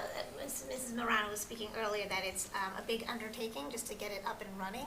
So we have not rolled that out yet. We are anxiously waiting for it, but patiently, anxiously and patiently. But it is important to note that we're not waiting on Panorama to track our students. So we are still using what is now archaic systems, but identifying every single student who requires a specific tiered level of support, and doing it through our Google Forms, doing it through our folders, with very intentional and thoughtful work to make sure that we have all the data that we need, and that we are tracking their progress or lack thereof, and responding to it appropriately. Okay, appreciate it. Thank you very much. this is just gonna make our job so much easier. No, it really does seem like it's a fantastic tool. And I'm excited to see, you know, where the district goes with that tool and with all the data that we're able to pull from it. And then also too, I just want to comment on the back to school night. Yeah, I got to go back with my kindergartner to Kennedy, and it really was, you know, he was just showing me around. I got the full tour, despite already kind of been there for 6 years with my oldest. But it was a wonderful opportunity to be back in the schools, and I'm glad that it was successful across the entire district. So great job on that as well, amongst, you know, all the work that went into this as well. Thank you very much. Al? Yeah, thank you. So one, thank you for the work that's been put into this. This, along with the ECDC DIP, has been very impressive, just to see really the thought that's been put into this, the expectation, and really being able to account for what needs to be done to move forward and move the needle. I'm already seeing this come to life today in my child, and especially engaging in rigorous curriculum with the illustrious math, whereas he's understanding it to the sense that it's not memorization, it's understanding it, the philosophy, and being able to speak back and teach back what he's learned. So I'm glad that we're doing this for our students, and I feel like math is one of those subjects that if you feel like you struggle with it and you don't understand why you're doing it, you don't grasp it, and the way we're teaching it now gives the students the foundation to understand why the numbers are doing what they're doing. And it's not just because it does it, you know. So, that's great. Looking forward to seeing how year 2 comes along, because definitely has been a process, and as you had said, parents weren't taught this way. So I think another year of this under our belts will help kind of move the needle further. The big thing that I love to hear was around the two-way communication and support. I think that's critical, and as long as we're partnering with our families, our students, and everybody's in the know, there are no surprises, and we can really go together and get to our end goal together, versus it's a teacher or educator-led effort. It's the whole community. So one, thank you for this work, and I appreciate the time for you coming out here tonight. Yeah. David Neal? Thank you all for being here tonight and for putting this together. Just so much work goes into this, and thank you very much. I'm really, I think it's very encouraging to see with the use of data just how personalized both the social emotional learning plans as well as the academic plans can be for every student. And so is there, when it comes to both the social emotional learning and the academic uses of data, are there uniform procedures in place for like how for when goals are met or reevaluating them, or is it more on an individual student basis, or like how are those goals updated, I guess? We like to work through a 6 to 8 week cycle, so that we have very clear, defined, progressive plans in place for 6 to 8 weeks, and then we meet back again as a team to review the progress or lack thereof, and make determinations on whether the student has graduated out of that. In years past, if they were identified as needing interventions, they pretty much got it throughout their school career at elementary level. This way, it's much more fluid and flexible and very targeted. So they can graduate out of that group, they can stay in that group and continue to progress, or we look to see a different skill that we want to build a foundation for. So it's very cyclical.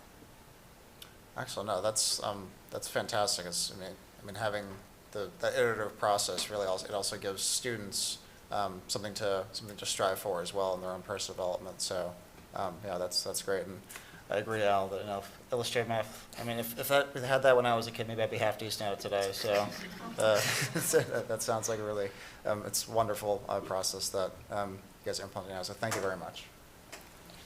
Thank you. Elise? And I'm so glad that we've got one school improvement plan for elementary. This is a big step, I think. And not that we didn't value the individual, the 5 or the 6 in the past, but, and there were obviously similarities pulled throughout, but I think it's like just the idea of having everybody here presenting it all together. And it's, you know, we've been talking about some horizontal alignment and sort of equity and experiences across elementary schools. And then, so when they get to middle school, it's sort of like you have similar experiences no matter what elementary school you went to. So the middle school can just pick up where elementary left off, and then the high school can just pick up where middle school left off. And I think that this is just great to see everybody working together as a team. I know you did before, but I love having, and I think, Al, you brought this up on a tour a long time ago, but there's the, I'm not going to be able to find it. Da-na-na. All the mascots all together on the top. I love that part. I'll credit you with that, Al. I know it probably wasn't him. It was probably somebody else in this room, but we talked about it once when we were at a tour, having them all put together. Anyways, I'm looking forward to how student needs and progress will be communicated, and maybe this is a rhetorical question, but wondering if that would be shared with families, and might that be something that's on report cards at some point? It might be rhetorical. I think there's a couple. I think there's a couple of responses to your question. Okay. I tend to ramble and ask a bunch of questions. I think there's a couple of different parts. Okay. Dr. Rogers alluded to report cards, which need a revision. I think that's to come. Our immediate work, as we think about upcoming PD in October, is we have our MAP data. So now we're analyzing that and thinking about setting goals for students and discussing how we share that information with families and how we bring them into that partnership so that everyone understands what our goals are for our students. And then in addition to that, I think that we continue to work with our teachers who do an exceptional job to communicate to parents what tiered instruction looks like. So I shared kind of that example of foundations, but there's others too. So.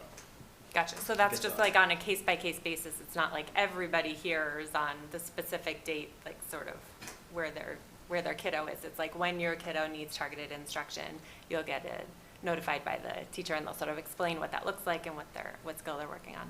I think our hope is that as we approach the November conference, teachers feel equipped to have those conversations as it relates to tiered instruction. This is the support that I provide. This is the support that an interventionist provides. Again, with that same goal of helping them to master that grade level content. And then I think the MAP piece is kind of more to come on that as we work through some things in that area. Yeah, definitely. Thanks. Okay, so in the 1B section, so tracking, responding, and communicating student behaviors, I don't see a reference to restorative practices here, and I'm wondering, like, is that embedded in some of these other things, or where does that fit in, and is it even in this initiative at all? I'm happy to chime in if you. So we see the goals this year related to building these systems, making sure that we have clarity around the types of proactive pieces through advisory and whatnot, as an example, behaviors that we want to instill in students and work with staff. On the responsive side, looking at how do we develop a very clear expectation for accountability when someone does make a mistake, but also pair that with support and intervention. In there, restorative practices would exist. Restorative practices in general, that's a very large framework, and what we really try to do, and I'll just speak, I don't want to speak for everyone here, but that framework of restorative practices, we included that as part of some of our interventions, but what I'm cognizant of is the process of restorative practices as a framework is a pretty large model that requires dedication and PD and really having plans that have the bandwidth and the space within them to work. So we're going to be including some of those practices around how do we make a situation whole again. If someone's an offender, and not call them out, but call them in and create opportunities to repair. But certainly as far as a restorative practice, like in a framework sense, we would focus first on just individuals who need to repair a situation and building those strategies for this particular cycle of our plan. So does that answer your question? I would say too, though, at the elementary level, the developmental level, restorative practice, there are components of restorative practice that have just always been there because of the developmental level. So while we're going to hang a sign on it, I do think it's important to note that when a student misbehaves, or if there's an investigation, I can't recall a time where there was just a consequence and there was no education tied to it, especially at the elementary level, because that's what we're tasked with doing, is teaching them core values, teaching them the right from wrong, teaching them why they did what they did was not acceptable. So that's always been ingrained in the work that we do at this developmental level in elementary. We'll hang a sign on it and we'll dig into the larger framework, but we will continue to use it as opportunities to teach students. And it is referenced in the code of conduct and character. Okay, okay. Thank you. Presented out in a previous meeting. It is part of that revised matrix, and it is in there. Gotcha. I know I've seen it somewhere, but it's not right in front of me this moment. Specifics and where to put it, and we thought that's where it was. Gotcha. And we skimmed over it today because Eric did a great job presenting it. That's true. The last time. That's true. Yeah. But as you move through that matrix, there is there's language around, there's loss of privilege, and there's a restorative piece at some point. So. Right, thank you for the refresher. Do you see, that was a good team effort to That answer was. that question from all different angles. Wasn't that great? I do appreciate that though, because I think like my concern or fear maybe is that like we hear all these great bells and whistles about restorative practices as a school committee, and then like, is it actually happening in the schools? So that's, I think, like why I'm asking again. And I like the framework, and I see a lot of value and benefit in it, and want to keep hanging a sign on it or labeling it or throwing out that term frequently, because I think that it's important. And hopefully we'll talk about it with goal number 5 with Ms. Heidi Harris too in a couple of weeks. Okay. Maybe related, but maybe tangentially, can Panorama disaggregate the data so school teams can look at different categories that may require special consideration, like if they're looking at certain patterns like over-reporting of historically marginalized groups, or like high reporting from certain staff who might need more support as far as like what you report for, why you report, like why do you call the office, that type of thing. Like, can Panorama do that, where you can sort of click on a population or something and it will come up and you can compare and contrast? I believe it can, because that data is uploaded. Doesn't that sound important Yes, the to data, know? that Yeah. data is uploaded, so Okay. I believe that, yes, we can Cool. do that. Awesome. Just as far as like when we're talking about equity, I wish I had a direct line of sight to, so when we're talking about equity, I think that's an important thing to talk about. And I think, I had that as a follow-up question, and will the DEI director be involved in those conversations? So I do agree that Panorama sounds like, you have all the data already in all these like sort of like different places, and might be cumbersome, and some might, be, more clear than others, but on Panorama it's going to be easy, it's going to help with discussions and problem solving and really using the data. What did you say, Shannon? What for, what now, what for? Oh, so what now what? So what now what? Yeah. Yeah. So I feel like Panorama will just make it easier for you guys to do things with data and talk about data. And will the DEI director be involved in those conversations as far as looking at different groups and patterns? Yes, and when you look at the discipline matrix and it talks about some of the interventions, the goal as Heidi continues to transition is to work with our level-based principals and assistant principals to look at what does that learning opportunity look like for not only someone who was, an aggressor, but also a victim, and how do we support victims to navigate the school day in a way that empowers them and whatnot. So we've talked about that work, and I think as Heidi continues to transition in, that'll begin to unfold even more. Because if there's any disproportionality, like we want to be able to see that so that we can address it. Right. Okay, great. And then another question, which might actually be from Mr. Jagir. MTSS and UDL are like lumped together in this initiative, and I feel like they're both big, important ideas in their own right. So I guess I wonder why they're together there. Are they working hand in hand? They are. I think with MTSS and UDL, I don't think you can have MTSS without UDL. And really thinking about that framework, the UDL framework's really built around making sure, like, variability of kids and whatnot is not the exception, it's the expectation. So how are we designing learning that's we're proactively looking to design learning and opportunities for kids that in the past we might have looked to differentiate or remove barriers. We're actually trying to really just try to look at eliminating those barriers before we even begin teaching. So not just look to try to do that. So I think I would use that as a framework for it. And if you're doing that and you're designing learning that way, as students start to demonstrate their understanding, and as that shifts, we now are looking at what are our tiers of support to have that student. They use, Mirko talked about that dental model, and it's always sticks in my head, and we've used it a few times, but everyone goes for a teeth cleaning, right? That continues on most of the time it's twice a year for folks, and if you had something wrong where you needed to have a cavity checked out, you might get referred to someone, but that doesn't mean that your teeth cleaning stop while you go and have your cavity checked. Or if you have a root canal, you're always on a cycle of that tier 1. You heard it referenced tonight from our principals, but that would be an example. So how are we designing our instruction to meet the needs of all learners, and really trying to look at that? That sounds like a really baked phrase, but it's when you really think about designing instruction that really accounts for all the kids you have in front of you. It's really powerful. Right, from the get-go, instead of Right. like, this is my Right. lesson, and then I'm gonna differentiate it this way for these guys and this way for these guys. Right. So like, I'm gonna make it sort of a level playing field from the beginning so anybody can access. Okay.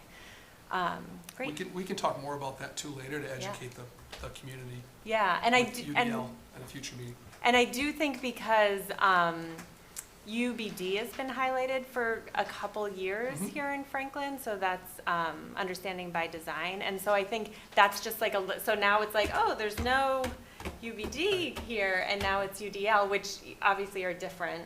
Sure.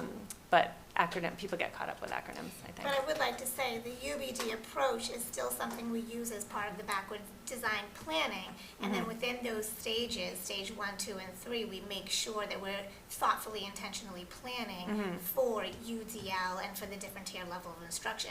We just do it in that planning format, that backwards design UBD. Gotcha. So that's not like. It's not, out. instead of. Right. No. Okay, That's still the still base happening. of our planning. Yep. And then these are the important components that have to go into the planning. Right, gotcha. Okay, thanks. And then at the very end, I was glad to see that family engagement and involvement are both listed here. And I know that there can be a difference between engagement and involvement, and I think that can be a powerful difference. So are there some examples of engagement versus involvement, or one or the other at the elementary level?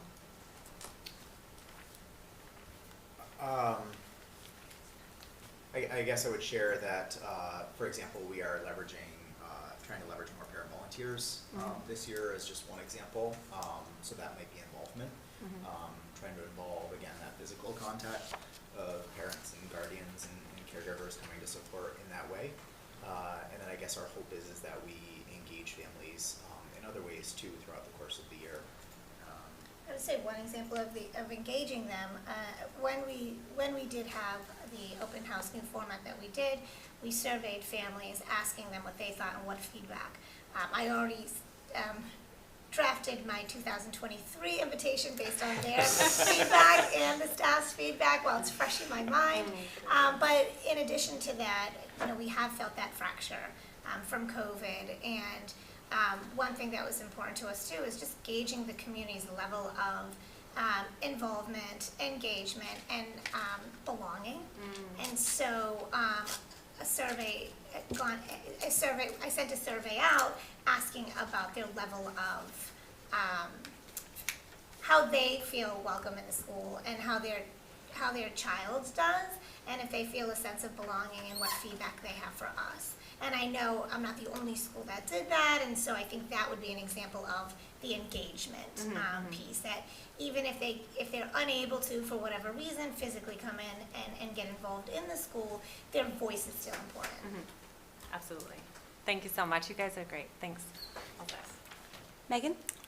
I'll just echo all the comments of school committee members. I think everything's been covered. I just want to say thank you very much, Joe. No questions. Thank you. Thank you, everyone, so very much. This was really great. Get out of here, go home.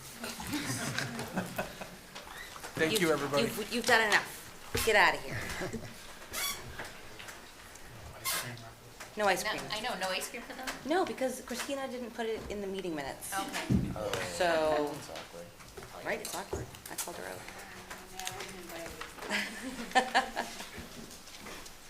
out. Okay, so on to discussion action items. Mr. Jagir. I recommend approval of the district improvement plan as presented. Okay, is there a motion to approve the district improvement plan as discussed? So moved. Is there a second? Second. All right, discussion, questions? Nope. All right. I'm sorry, yes. Just wanted me to go down the list. Oh, he was serious. No, I really was. I apologize. I thought he was kidding. Everything with number 5. I know, we talk about, like, especially like when it comes to the equity action plan. Yep. October 25th, we'll go into great detail on. In both of the ECDC and the elementary school, there wasn't, they really kind of touched upon 1 to 4. I'm a little hesitant to vote on this as a whole when, like 20% of it, part 5, won't be discussed until the 25th. So I'm just, I know we're going to hear some great stuff on the 25th, but I would, I'd feel better to kind of hear that discussion before voting on everything, if that's a possibility. Can I just weigh in? So for the district improvement plan, we talked about, those are the 5 core goals. Tonight you heard from ECDC and elementary. The next meeting you'll hear from the middle and high school, which you haven't heard. And then on the following meeting, you'll have DEI. So by the time we get through October, you'll have heard from every level and every plan related to the goal. So just, this is your decision, but I would just point out the district improvement plan is approving basically the strategic objectives and the initiatives that are tied to each of those goals, and then you'll have an opportunity to approve the middle school plan, the high school plan, and the DEI plan, as just like you did with the elementary and ECDC tonight, as they relate to the specifics of those goals. So I just would point that out as a perspective.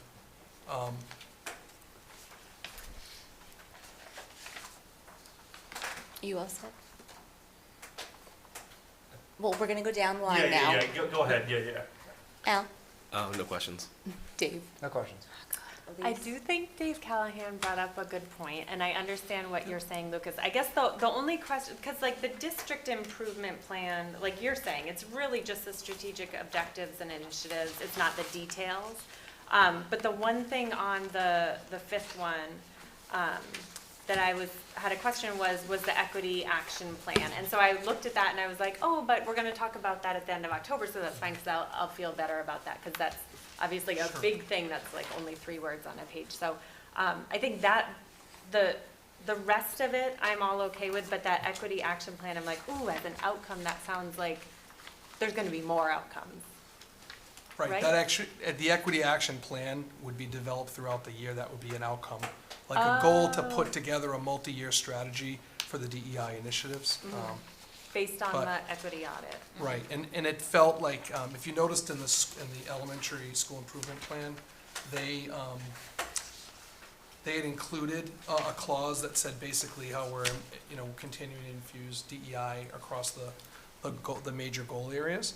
But certainly, this is your plan to approve. Just historically, what we've done is approved the district improvement plan and then held a few nights to put the school improvement plans forward. But certainly, I'm not pressuring. I don't want that to come across as any type of pressure. It's just information for you to make your decision as a committee.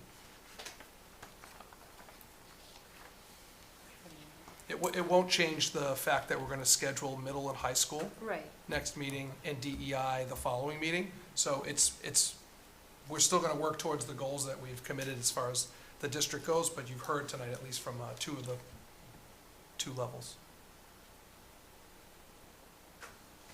Okay, yeah. May? No questions. Okay. All right, so seeing no more discussion, questions, vote will come on the motion. All those in favor, well, no, Camille's gone, so Camille's absent. Dave Callahan? I'm gonna have to vote no, but just for the. Yep, that's no problem. Al Charles? Yes. Dave McNeil? Yes. Elise Stokes? Yes. Megan Whitmore? Yes. Denise Spencer, yes. Motion carries. All right. Mr. Jagir? Sure. I recommend approval of the pre-K and elementary school improvement plans as presented. Is there a motion to approve the pre-K through 5 school improvement plan as discussed? So moved. Is there a second? Second. All right, discussion, questions? All right, seeing. Elise? So just in follow-up, so they go up through objective 4. So when we do the DEI presentation, will there be like a specific DEI objective for ECDC, DEI objective for elementary?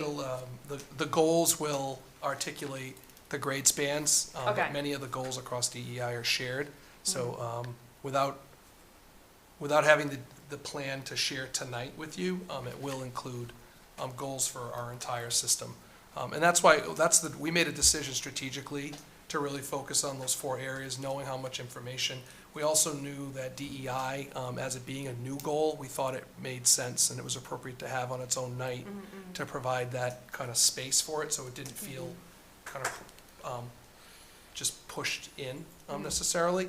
So you will hear more, and it will have greater detail. But the equity action plan was like a primary recommendation for us moving forward to develop. And with that, to unpack that, we would need to have a presentation to kind of share how that would look, because you need to engage our constituents and multiple people. Gotcha. And so this, we're just voting on strategic objectives 1 through 4 for ECDC and for elementary. And then it's really just like, it's sort of like 6 or half a dozen. Like you either stick the 5 in each of these individually, or you have all the 5 in their own. And like you're saying, it's a new goal area, so it deserves sort of like extra attention and thoughtfulness or thoroughness to sort of dig into it. Okay. All right. I just wanted to clarify. Okay. All right, so roll call vote will come on the motion. Camille is absent. Dave Callahan? Yes. Al Charles? Yes. Dave McNeil? Yes. Elise Stokes? Yes. Megan Whitmore? Yes. Denise Spencer, yes. All right, motion carries. All right, Lucas? All right, so the next item is, do I recommend it and then, do I tee this up and then recommend? That's what I would. Tee this up. Tee this up, okay. So I'm going to be putting forth a recommendation. It's an outcome of the work we've done with our Space Needs Facility Assessment Subcommittee to review the facilities throughout the district. You may recall on June 9th, the findings were presented by Mr. Charles to the school committee with recommendations to do 3 things. Those 3 things, one was to conduct a redistricting analysis, to secure a consultant to assist us with that process, and the third thing was to form a redistricting advisory committee composed of a community of stakeholders, which would include parents, teachers, administration, and folks from within our town and facilities. As an initial step this summer, that subcommittee met and put out requests for proposals to support the process. 3 proposals were received on August 15th, and after independently reviewing all 3 proposals, the Space Needs Subcommittee unanimously arrived at a recommendation which is coming before you now for discussion and approval at this meeting. The recommendation to award a contract in the amount of $49,815 to Applied Geographics Incorporated for consulting services in accordance with that RFP that was issued on July 26th for redistricting services. In your packet, you would see information, including some of the information and proposals from that vendor. The next steps include seeking stakeholder representation, which I've talked about, and putting out a interest form, trying to survey those who may be interested to serve on that committee, and communication will be forthcoming with details on how to express that. So with that teed up, I recommend approval of the consultation contract in the amount of $49,815 to Applied Geographics for consulting services in accordance with the RFP issued on July 26th for school redistricting services as discussed. Is there a motion to approve awarding a contract in the amount of $49,815 to Applied Geographics, Inc., as discussed? So moved. Is there a second? Second. Discussion, questions? Dave? One question for whomever. So this price tag, is that pretty much set in stone? You know, hire like a contractor, and there's always that expectation, well, you know, maybe you gotta add 10% to the cost or something. Had that come up in any meetings, and have they kind of touched on that at all? Yeah, so their proposal was a flat price based on the work that we asked them to do, and they will go through the process with us, and the cost will be $49,815. Okay, so no surprise, you know, fees or anything. And can I add one thing? You can. Yep. So unlike the other folks that were that provided an RFP, they did have additional costs for like travel and other expenses. So this one was, as Miriam had said, it is that flat fee. So we're not there are no other surprises and gotchas. Okay, so not only I saw this whole entire packet was spectacular. I loved, you know, especially at the bottom too, it kind of breaks down everyone's like rating scores, and we see like the price proposals. So like even some of the other ones that we opted not to go with, you know, they kind of gave us a number that was under budget, but that didn't include any of those. They would have been all virtual. Yeah. Oh. With those prices. Oh, okay. That's terrific. So the other vendors that, they were not as local as this particular vendor. Some of the meetings were going to be virtual, if not all of them. Some of the caveats included travel expenses if they had to be on site. And so the pricing is reflected that way. Their pricing reflects their price to do the work, but not to come on site, et cetera. So. Thank you very much. And I also too, if I can just kind of toss in my own 2 cents, when this term first started up, I was reading a lot of material to kind of just catch myself up to speed about this position. One of the things I kind of ran across was a district that very recently went through a redistricting process, and the group that they went with was spectacular. Everything kind of, you know, like the group, you know, touched on every single little factor that you would hope is cognizant when they're doing a redistricting plan. And as I'm kind of reading through this packet, I realized it was the exact same group in the same town. So it was somebody that kind of, you know, did a great job, you know, previously, and to kind of see them coming on in over here with their name was great. So really kudos to the entire team. Really appreciate all the work that went into this. And in recent years, they've worked with 13 communities of similar size within Massachusetts specifically, more recent. So I think their qualifications, I mean, this was an independent choice. I also did some research and asked around to some of my colleagues who have gone through redistricting more recently, and many referenced the same company that kind of led them through. The proposal, just for clarification for our community too, they really laid out an actionable plan that they've used and had success within communities to lay out a timeline that meets our timeline. Ultimately, just for information, if you move forward with a recommendation, we would make contact with the company and then schedule that time, at the same time finding out who's interested to serve on this committee, and then put together a really thoughtful plan to arrive at a recommendation through this analysis process by the end of the school year, and then use, the way we gauge that timeline was to look at then planning whatever decisions made, if any would be, to plan the following year for whatever the recommendation led to. So just thought it was a very thoughtful process. They emphasized community engagement and communication, and I think those are 2 areas that we want to focus on. Yeah, I mean, Dave, just to kind of piggyback off of that too, I had reached out to a few of the school committee chairs from the different towns that FGO had worked with, and they all had nothing but stellar things to say. And like Lucas had said, you know, community engagement, and they were just wonderful to work with. You know, they really kind of pushed the community forums I know that we talked about, so I think that was great. Yeah, they seem fantastic, so I'm excited. Thank you. No comments. No? You're like, let's go. Dave McNeil. No questions?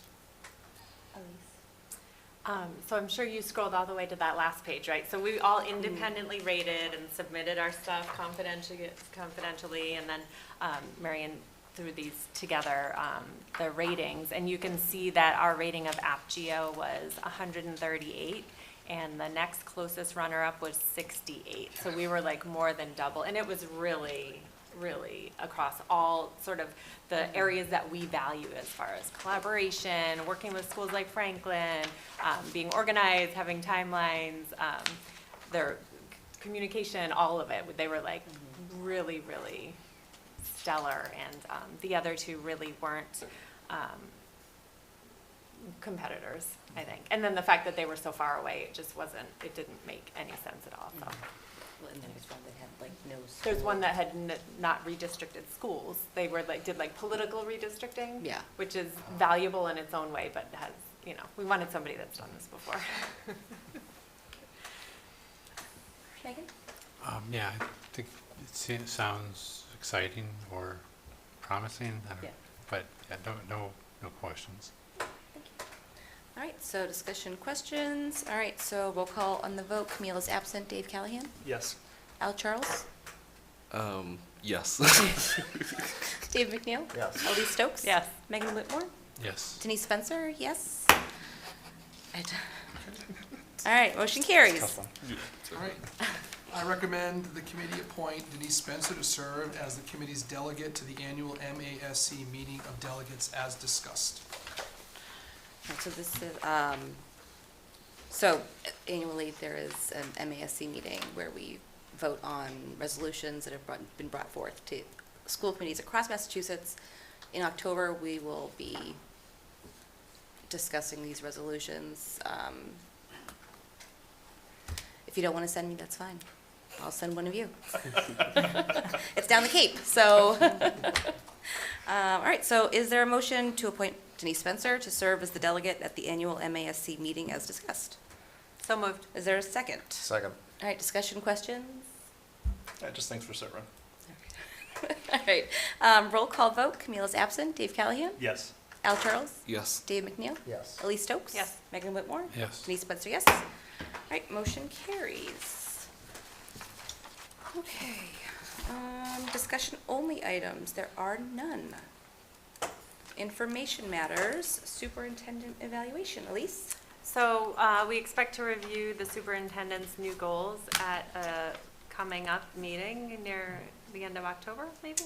Yes, I Yeah. think if we get through the presentation Yeah. cycle with all of the, and then receive all that feedback, I Right. think it makes most sense. I did meet with Michael Sullivan, my mentor, coach, today, and we reviewed goals and goal setting and planning as it relates to the district plan, so that there's synergy, so that makes sense.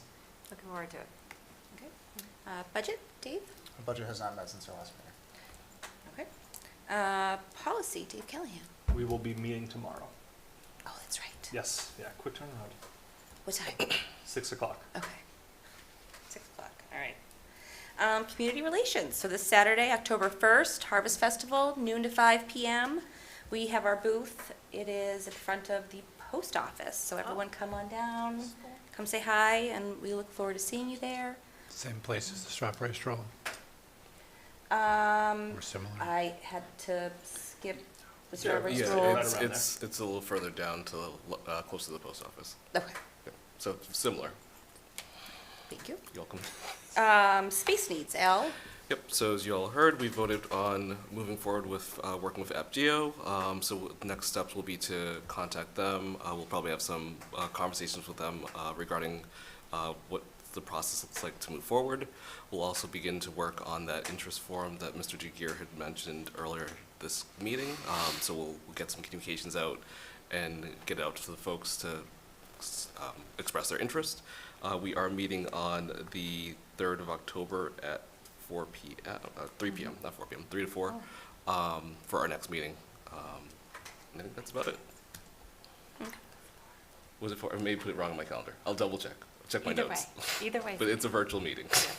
Right. Joint PCCs? So we haven't met since our last meeting. Our next meeting is going to be on October 10th. Okay. School Wellness Advisory Council, Elise? We have our first meeting next week because next week is October.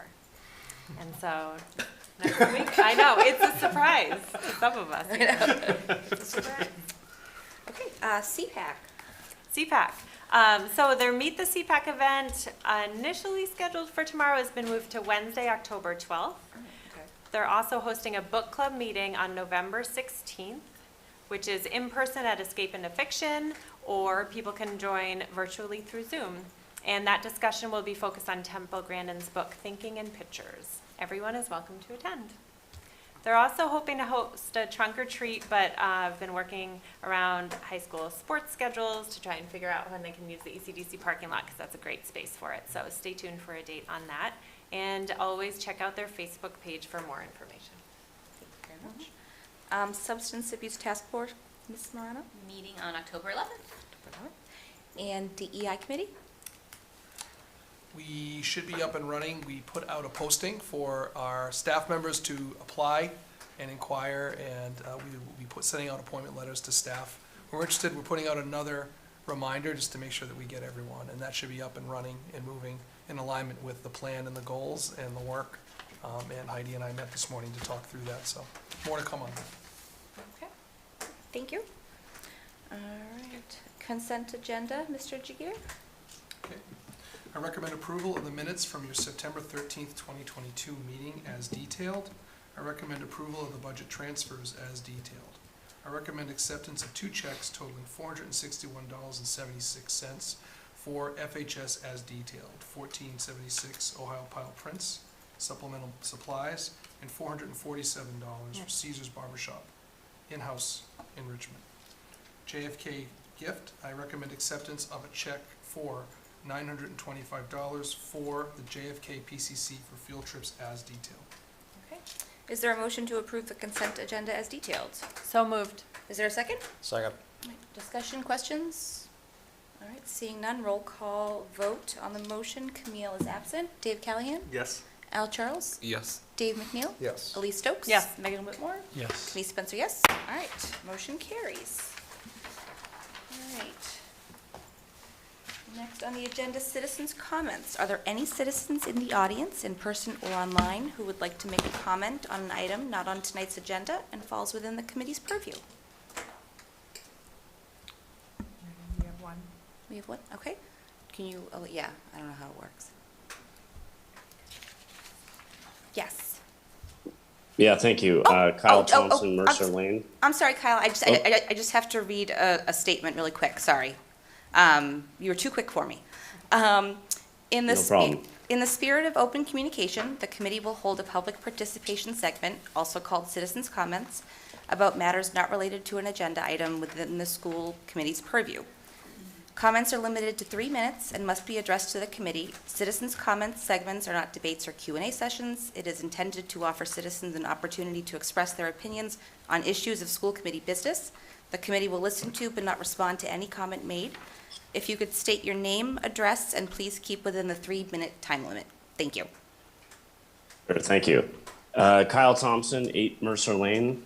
I've been listening to a lot of committee meetings over the last few years, and tonight I heard a lot of talk about DEI, SEL, MTSS, UBD, UDL, restorative practices, anti-bias training, kids' values, equity, collecting data through Panorama, marginalized people, victims, and there was not a single challenge to the ideas presented about the elementary school improvement plan.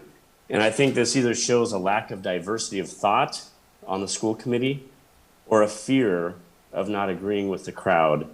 You know, everything in these school committees seems to be fantastic and stellar. You know, so I would recommend returning to teaching our children the basics and acknowledging that not everyone agrees with the values and social viewpoints you are pushing on our children. Additionally, I also recommend eliminating the position of Director of Diversity, Equity, Inclusion. She has ideas of creating white affinity groups and says children have a lot of unlearning and learning to be done in relation to DEI. Not everyone agrees with these social viewpoints, and I haven't seen a single objection. Also, we should make DEI committee open to the public. This committee is responsible for influencing curriculum, assessment and instruction, professional development, district and social policies and practices, staff recruitment and retention, culture and climate, communication and community engagement, inclusion practices, and so on, as listed on the website. Since this committee is responsible for influencing almost everything related to public schools, it should be open to the public and completely transparent. Every parent should be able to listen in on that committee and be invited by you to do so. Thank you. Thank you, Kyle. Is there anyone else? I can't tell, Dr. Rogers.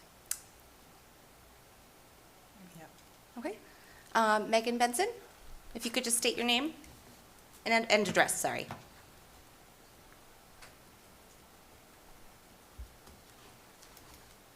Hi there, yes. Megan Benson, 19 Winthrop Drive.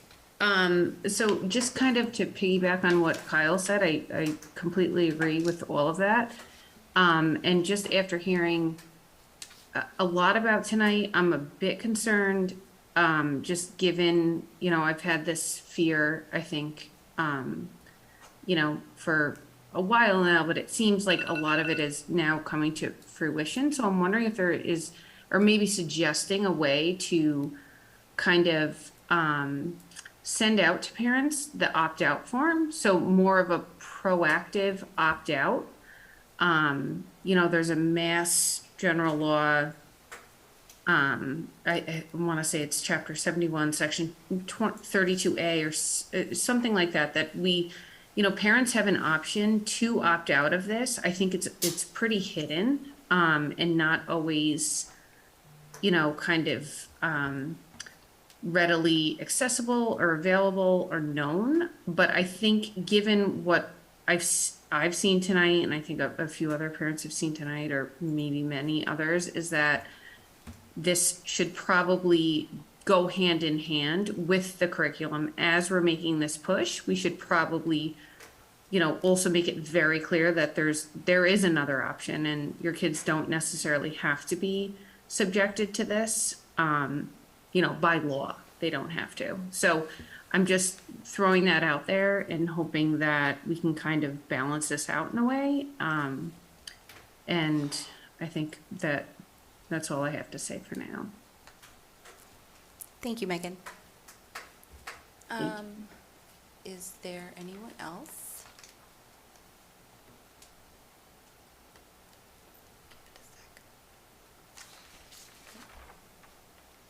Okay. All right. Mr. Jagir, new business. All right, so next meeting, you can expect school improvement plan updates and presentations from our middle school and our high school, and along with some other recommendations from routine business. But those are the two main presentations you can expect. And the MASC resolutions. And the MASC resolutions. There are yes. 6 of them. 6. In the past, there's been 11, so this is a lot better. Thank you. Yes, you can expect that as well. Okay. If there's nothing else at this time, I would entertain a motion to adjourn. So moved. Is there a second? Second. All right. Vote will come on the motion. Camille is absent. Dave Callahan? Yes. Al Charles? Yes. Dave McNeil? Yes. Elise Stokes? Yes. Megan Whitmore? Yes. Denise Spencer, yes. All right. Thank you, everyone. We will see you again on October 11th.